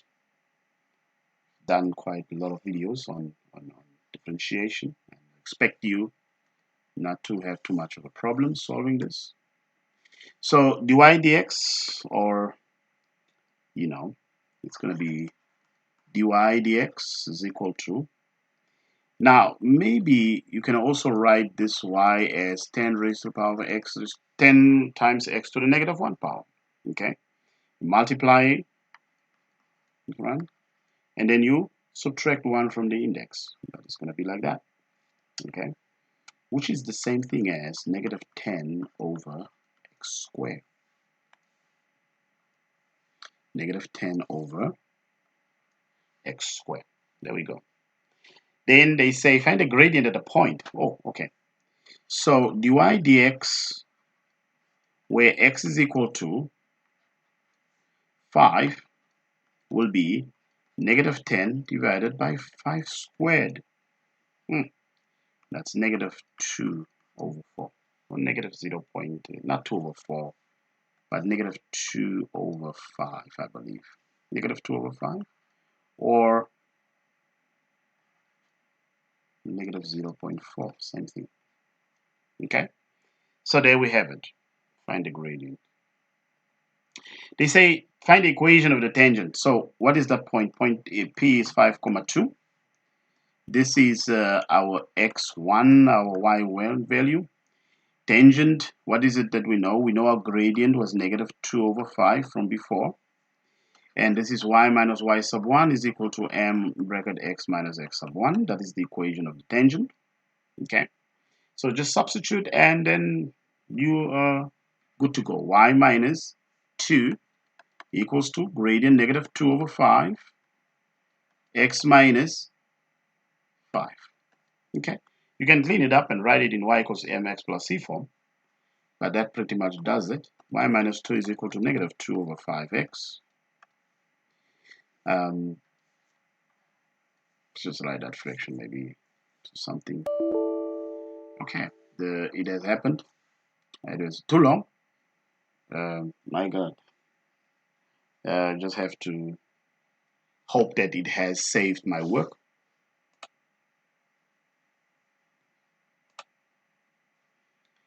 And these things happen. Support the channel, don't forget. What paper is it that we are doing? We are doing paper 1. our paper 1 AS level. Paper 1 AS level. Let's just hope that we have recovered our work. Okay. So I can share it with you. We can restore it.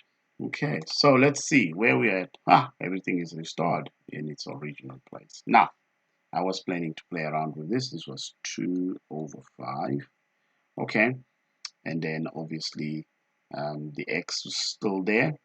I'm actually removing them, right? Plus 10 over 5.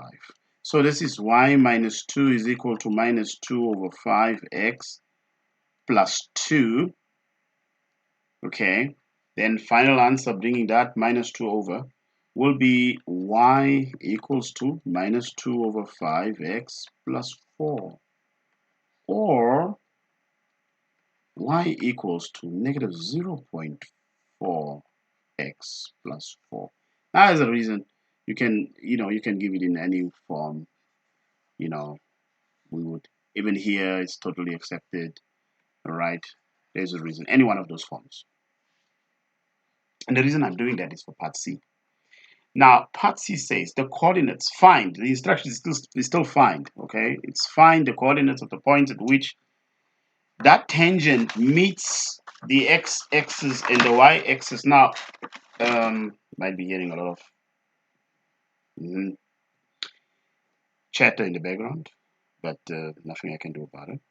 When this tangent, so let's take the tangent, which is represented by y equals to minus 2 over 5x plus 4. It meets the x-axis.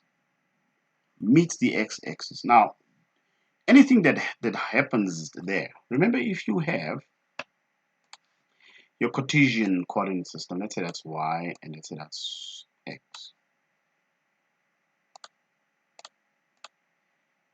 Anything meets the x-axis. So if this is the x-axis, the equation of the x-axis, right, is y equals to 0.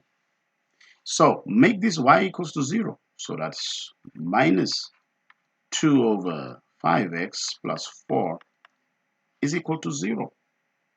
So this tangent line, this line,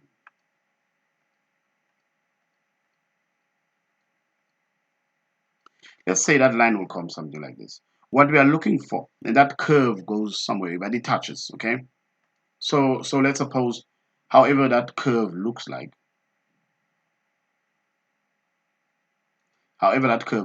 this is the point, 5, 2. So we are looking at where will it cut the x-axis there when y is 0. We'll also find where it cuts the y-axis when we make x 0. Does that make sense to you? Okay, right, so let's see. We're going to have negative 2 over 5x is equal to negative 4. This implies that x is equal to negative 4 times the reciprocal of that, which is 5 over 2.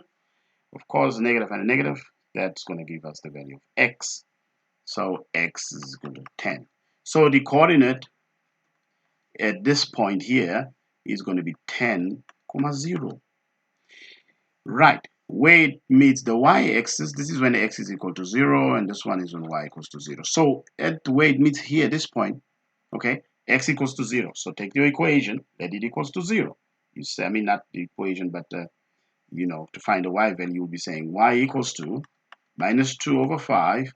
This is now 0 plus 4.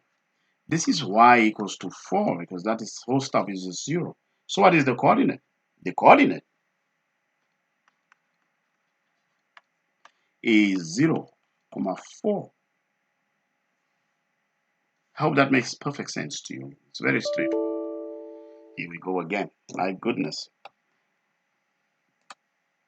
Yeah, don't forget to subscribe to the channel. I have to say that in between so I don't lose my cool. And hopefully this thing is, we are very close to the end though of the paper. Let's just restore and let's go back there. Now I know this is, how we solve the paper might take too long, but because I am I am using all this time in the world to explain. It takes a little bit longer. But do get in the comments respectfully and then say if it's helpful or you want me to rush over it. I can do the same. You know, most probably have worked out and then you don't have a problem really per se. Okay.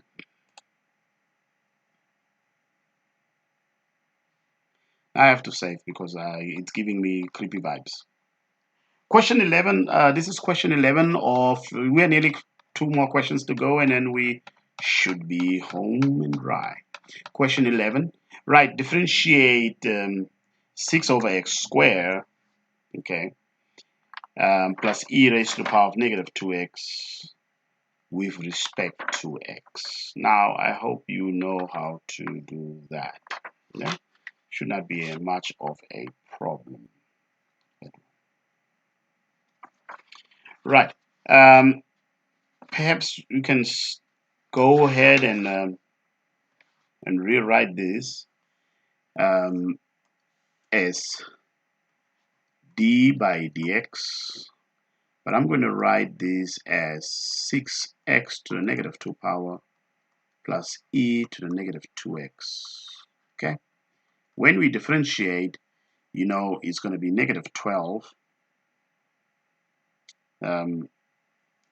You know, hopefully you haven't forgotten how to find the derivative of this. You know, you can do them separately, of course. You know, the sum of the derivatives is equal to it's totally up to you. You can take out the 6 and so on. But I'm just gonna go ahead and say power. Negative 2 times that is negative 12. X, you're gonna subtract 1 away, that's negative 3. Subtract 1 away, you're gonna remove 1 from there. And here's the thing, the derivative of e raised to the x, e raised to the x is e raised to the minus 2x is just going to be that, but you multiply it with the derivative of that.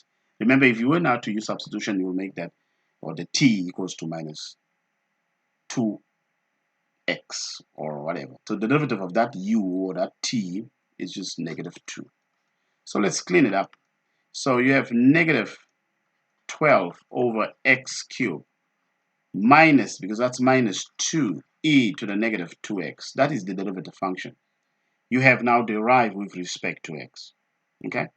That's it for 2 marks. Nothing to be afraid of. Hopefully you haven't forgotten how to do differentiation.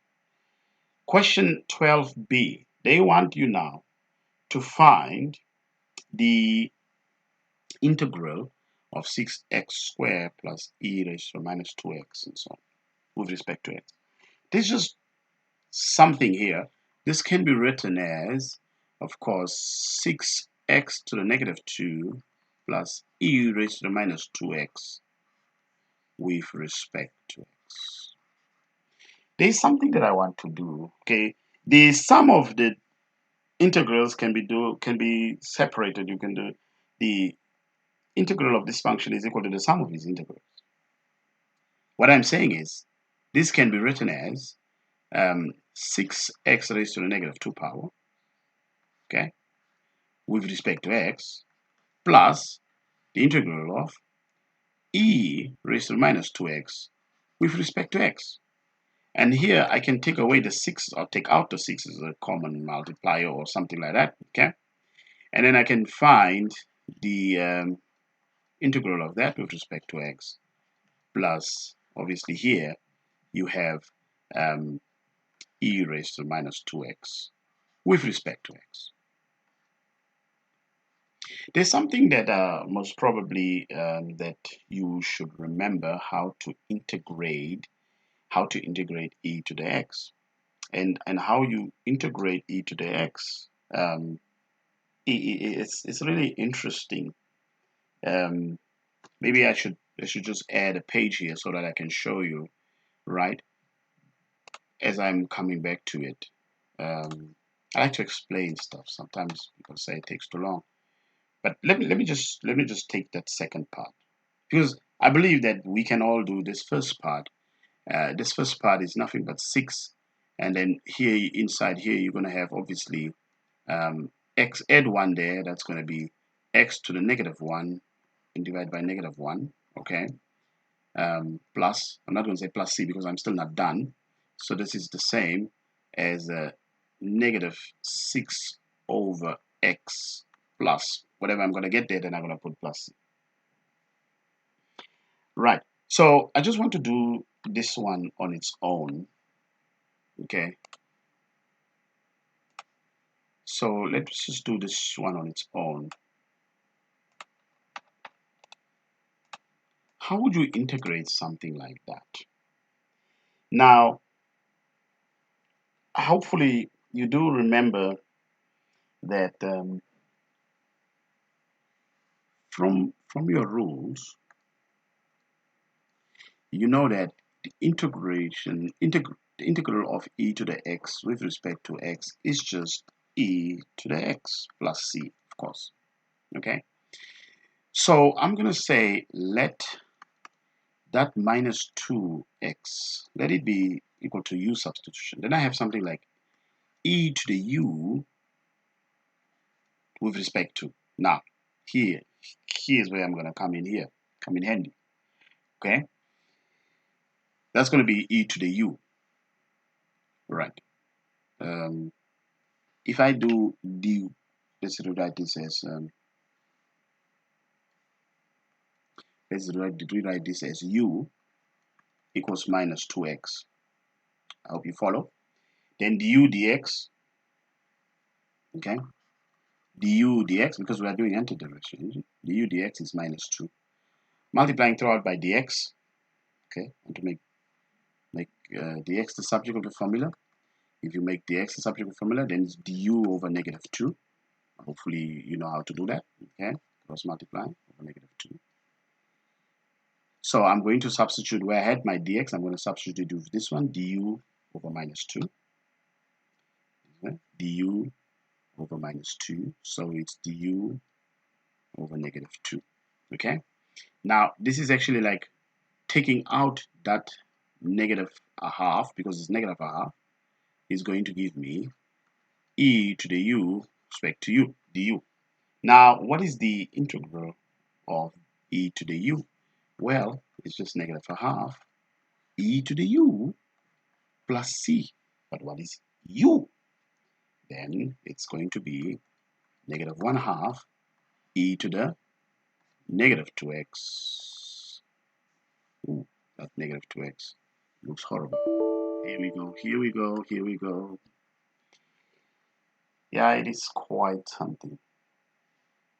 Here we are close to the end, and now it's giving me a headache.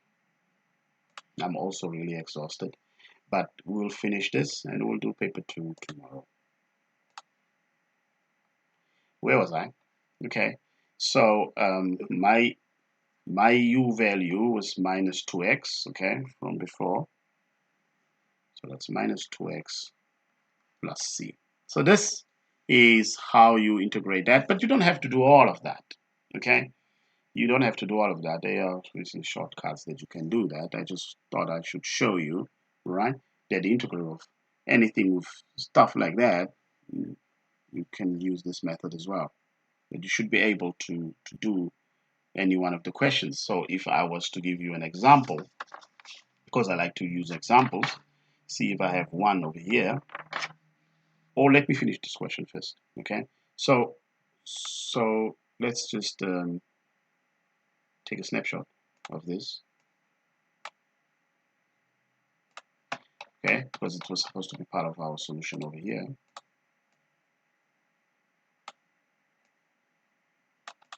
Of course, a positive and a negative will make this a negative. Then this is nothing but minus 1/2 e to the -2x plus c. So that is the constant of integration, right? So that is that answer, indefinite integration. You always have to put that.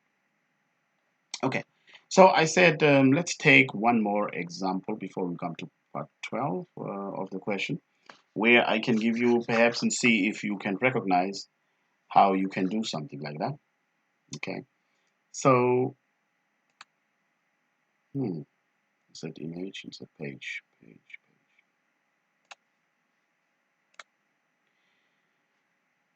Yeah, once I start, I do not like to stop. So let's take an example, another example. So let's say you were supposed to integrate e to the, and then you have 3x plus 1 with respect to x. Okay, find the integral of that. Okay, so naturally, um, if I was to ask you, okay, but anyway, so the moment you have got things there that are with that, it's not just x. So these things you can just say let that be your u. All right. So u will be 3x plus 1. Then du dx is nothing but 3. Okay. Now, if you have to do dx, make dx the subject of the formula. Okay. So because I'm trying to replace that, so I'm going to say the integral of e to the u. So I have to have du here, not dx anymore. So make dx the subject of the formula so that I can remove it. So you say du is equal to 3 dx. Are you following? Okay. Then dx will be what? Dx will be du over 3. So I'm going to substitute this now over there. Okay. This is going to be du over 3. Now remember, this is the same as 1 over 3 du. So I'm going to grab out that 1 over 3, take it out, okay? And then I have e to the u du. Okay. Actually, that is the integral of that. So let's just take away that. So yeah, hello. If I can find a way to improve on the software so I don't have to sit with this problem. So I do encourage you to get in touch with me so that you can contribute to this channel so we can, improve upon it. Okay. Anyway, so what was I saying last? I was saying that now if you find the integral of that, okay,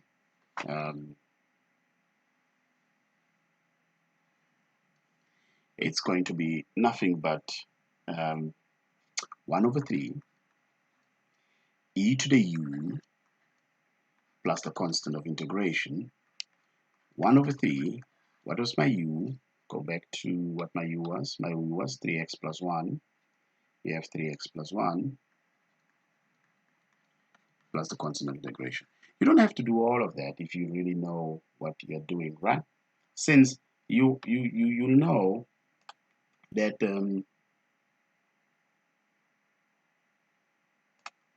you'll definitely arrive at some conclusion. If I say to you,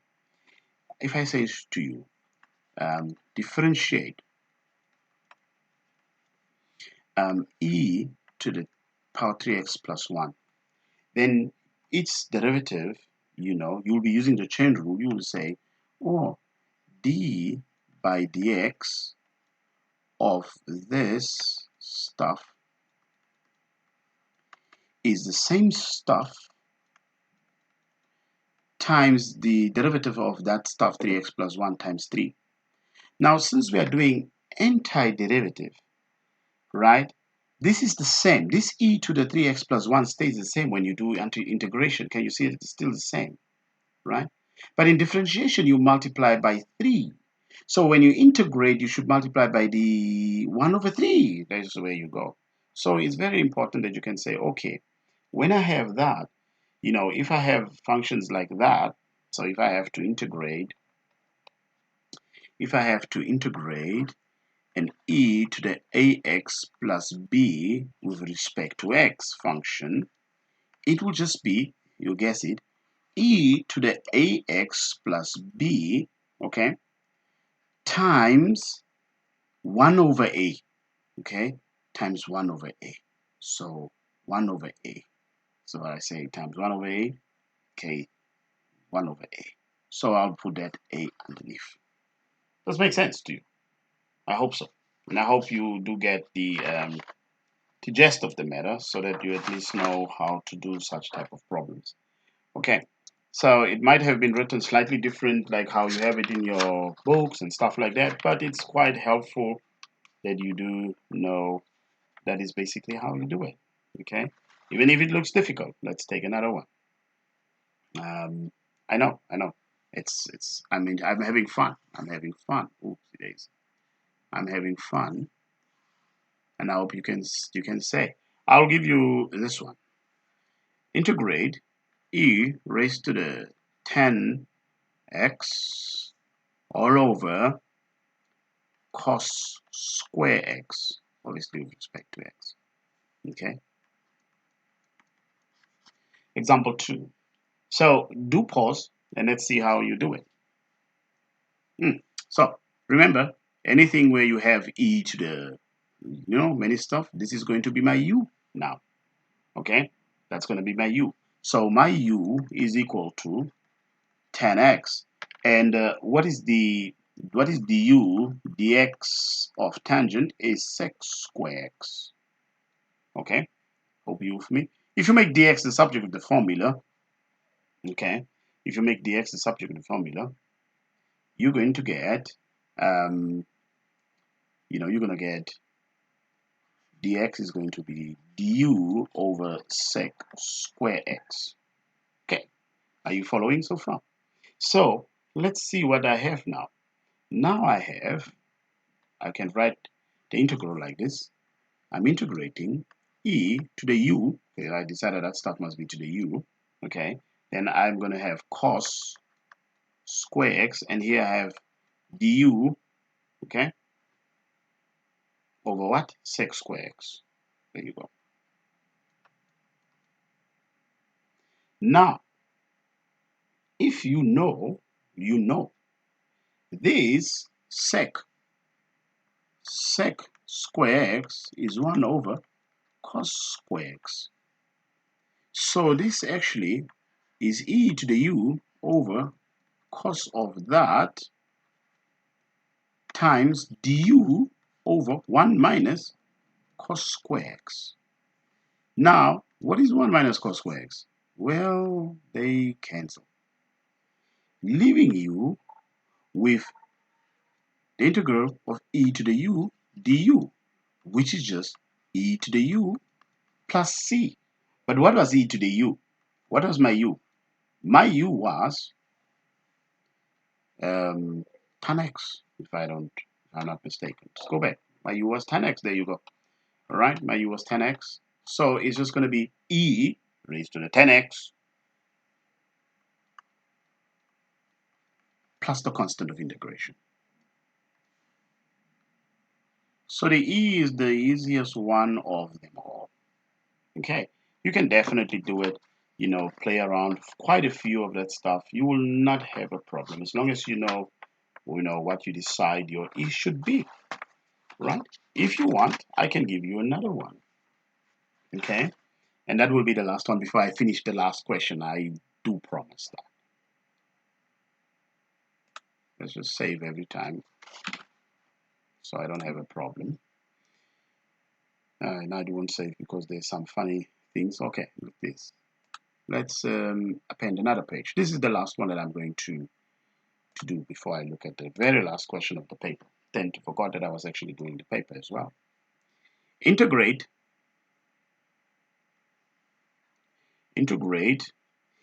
e to the x over 1 plus e to the x with respect to x.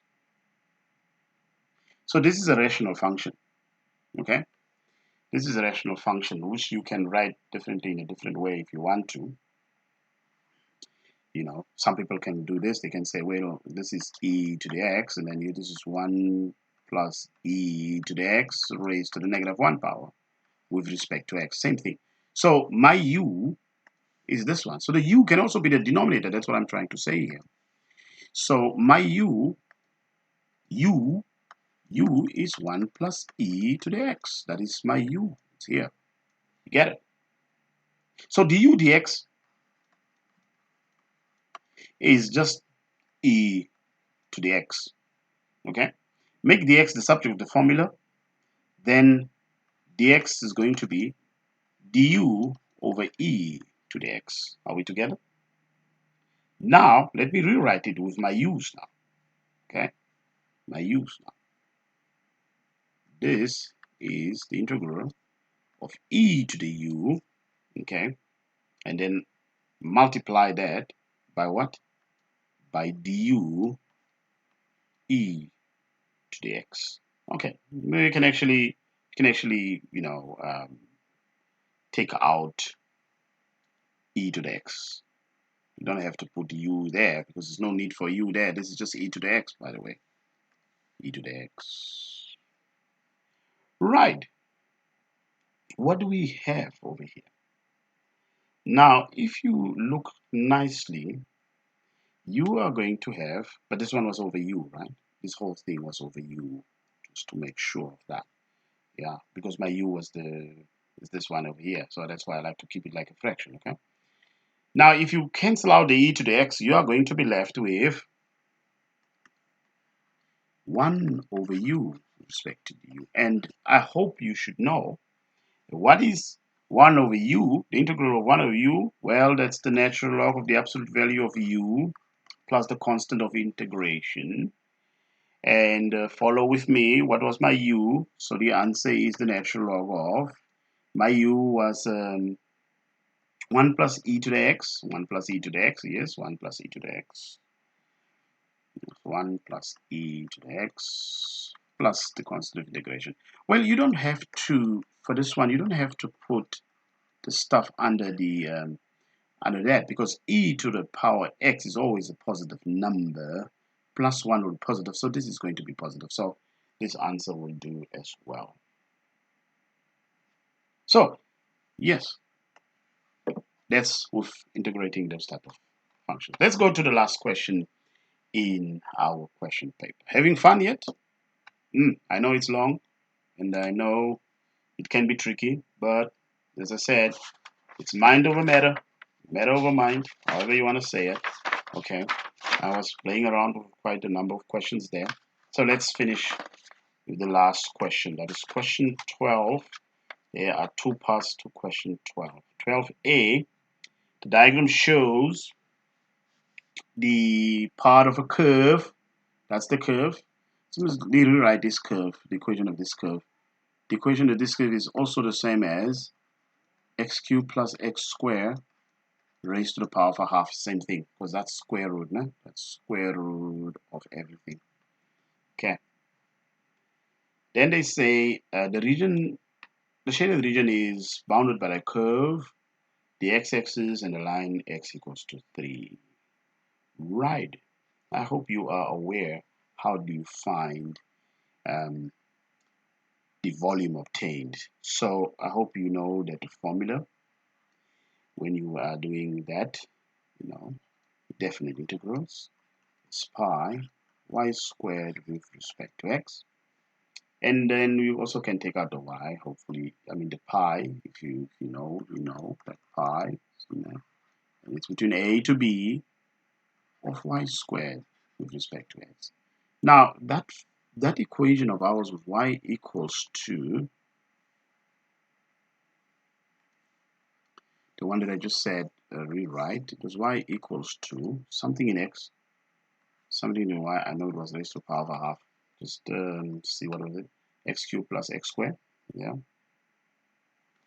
it was x cubed. Now, if I plug this in, here, all of it here, the power of half and the 2 will cancel. I hope you can see that, right? Okay. So I'm going to have pi between 0 to 3. Look at the diagram. Okay. X, because the x-axis 360.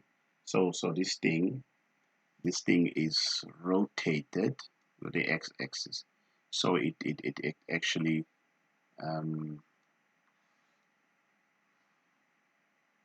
it actually something that will end up being something like this. This is what we're looking at. Okay? When you rotate it by the x-axis from 0 to there. It's like a cone, yeah, if you can see it like that. That's what we are looking at. Okay. Now, what is my y? My y function? Because again, I said, you know, the power of a half and that square will cancel. Power of a half. This one here. Ooh, that's too dark. This one over here. Well, still something. That one. They will cancel, okay? Leaving me only with y in here, where y is x cubed plus x squared with respect to x. Now, you can definitely integrate now. Sure, not have a problem integrating that. Pi outside, this is x to the power 4 add 1 divided by 4 plus x add 1 divided by 3 from 0 to 3. Okay, right, so let's just get it. So this is pi 3 here for the first, you know, limit integration to power 4 over 4 plus 3 cubed over 4 over 3 minus, I'm going to say minus 0 because if I put 0 in the second one, it's just going to be 0, okay? If you grab your calculator, you're going to get 117 over 4 pi. And this is units, cubic measure the units, the cubic measures, so we put cubic units like that. And I think they did say you must leave your answer in terms of pi. So you leave your answer in terms of pi, even if they don't say, right? But in this case, they didn't say. So if you were to take pi, oopsie daisy, you just say pi, open bracket, you have got 3 raised to the power 4 over 4 plus 3 cubed over, oh my goodness, over 3, okay, as I said, the other one is just 0. You get that, good. You can also change it to, no, that's what I was looking for. You can say, you can also give that answer, okay? If you wish, you can say,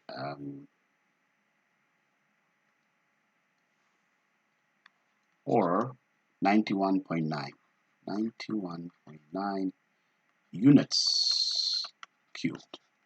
Okay, that takes care of that question. Part B, the last question. Let me bring the diagram back in.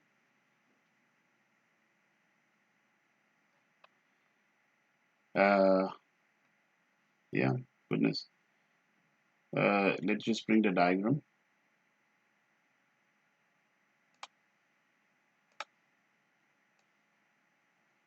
I'm just interested in diagrams, so I can bring all this stuff. Doesn't really matter.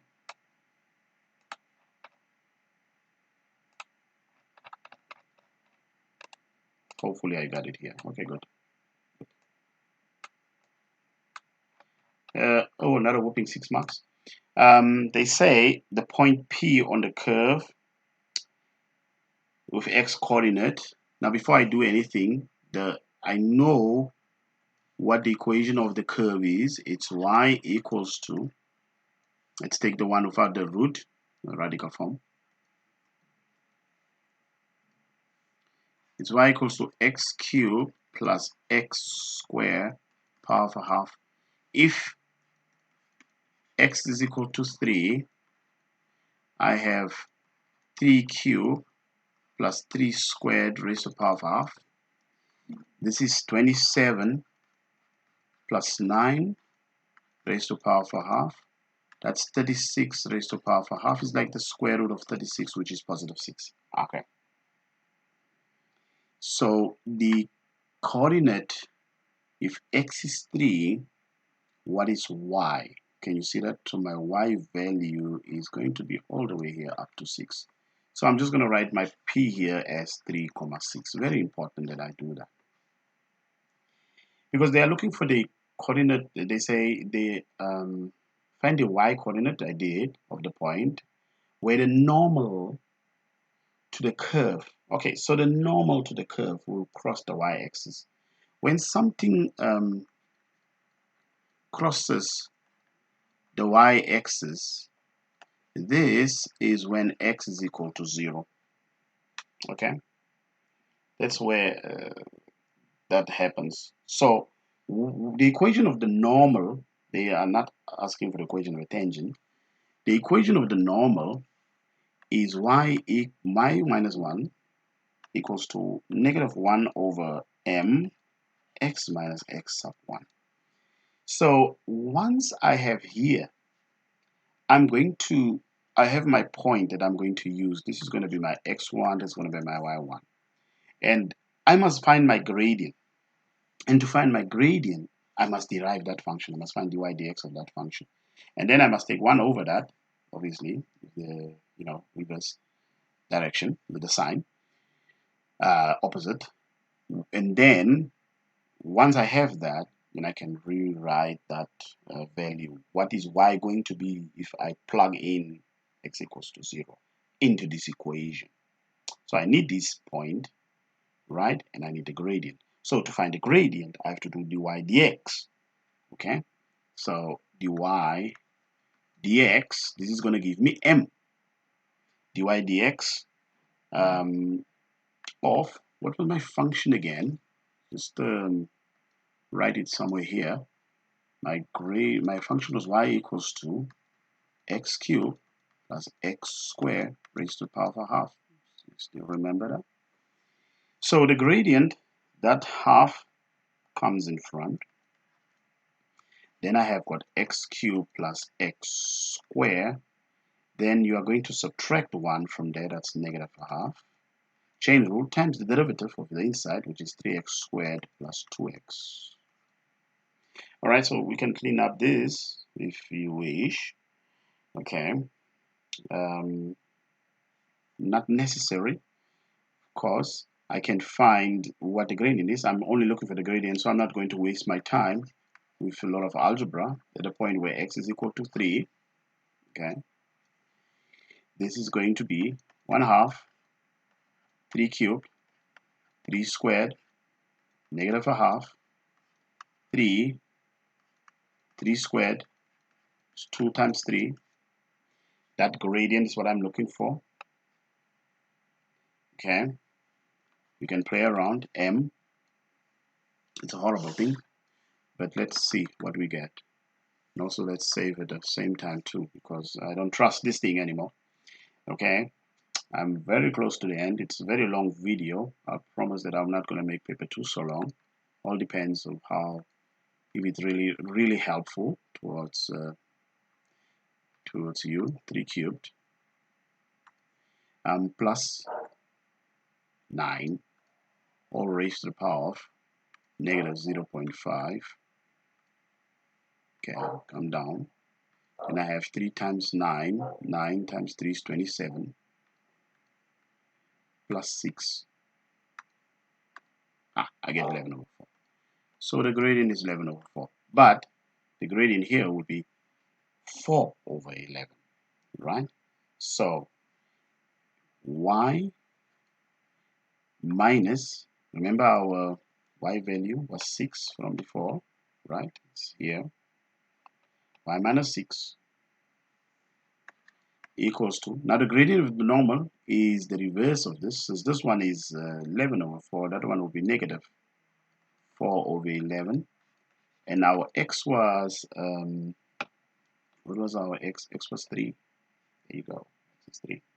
Now, I don't really want to work that out and so on. I will just work from here. That means I'm just going to just append a page.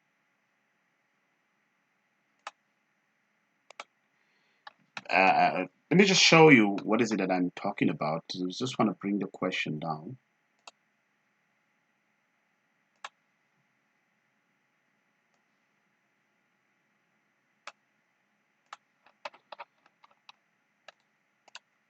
They're saying find the y coordinate at the point where the normal to the curve P to the curve at P crosses the y-axis, and that is when x is equal to 0. So this happens, and this is the part that I'm really interested in. Crosses the y-axis, and I said this is when x is equal to 0. So in that formula that I have, I'm going to make 0 for that. You understand that? Okay, so this is what I'm going to find. This is just numbers and numbers and numbers and y. So y will equal to something. You understand that? Okay, so y minus 6 is equal to, well, this is just negative 12. This is going to be 12 over 11 if you multiply this over for negative 4 times 3. Okay, add 6 to it. In fact, this is y equals to 12 over 11 plus 6. Now, before you do anything, I mean 11 over 11 can go into 12. 11 going to 12 one time, and 1 over 11 is left, plus 6. Well, you have 6 plus 1 is 7, and 1 over 11. There you go. That is our solution. Hopefully, this was really helpful, and you have learned quite a lot, and it has helped you with your preparation. Now, you might have written the paper if you are in Erongo region. You might have come across a few things that you need to do. Please, I do advise you to revise key stuff, use your syllabus, and also use past question papers, and then have a look at what the stem of the question says and so on. And where you need more confidence to work out certain questions, then you have to do quite a number of them. I also included within the same paper that is written, obviously, you will get the same stuff. You are going to get the formula sheet, but you've seen that I've added some information to my formula sheet, just like I like to do, based on how I read the question. All right, and even certain things like what I was explaining to you when you are doing you know, the integral of e to the, you could also find the integral of any other function of ax plus b raised to the n, where n is a rational number. Stuff like that you can also write down, and I'm also having a certain memorizing way, a mnemonic that I use to help me, so maybe this to help me maybe sometimes to understand certain things. Just again, as I said, you might know them, and they might be given to you. Actually, what I want to say is they might be given to you, but you might not mnemonic. You might not know mnemonic how to use them. So if I had a quotient, if one function divided by another function, and I am supposed to differentiate that, I say low d high minus high d low. That means I take the denominator, then I find the derivative of the numerator, high being like high numerator, minus the numerator, u, times the derivative of the denominator. So my low means denominator. Then low, all she goes, around she goes, low means then you multiply the denominator times itself. That's basically what you do. Right. So this is what I use whenever I am, whenever you go, things like quotient rule, things that I know, wait a minute, it might be tricky, but not really. If you've done quite a number of those things, you should be fine, and so on. So use your formula booklet towards the end of the formula sheet and write down the stuff that you need, or highlight the stuff that you need as you go over the questions. They are not just there for place value. They're not just placeholders. They mean something, and you're supposed to use them. Okay, good luck with your studies. All the best.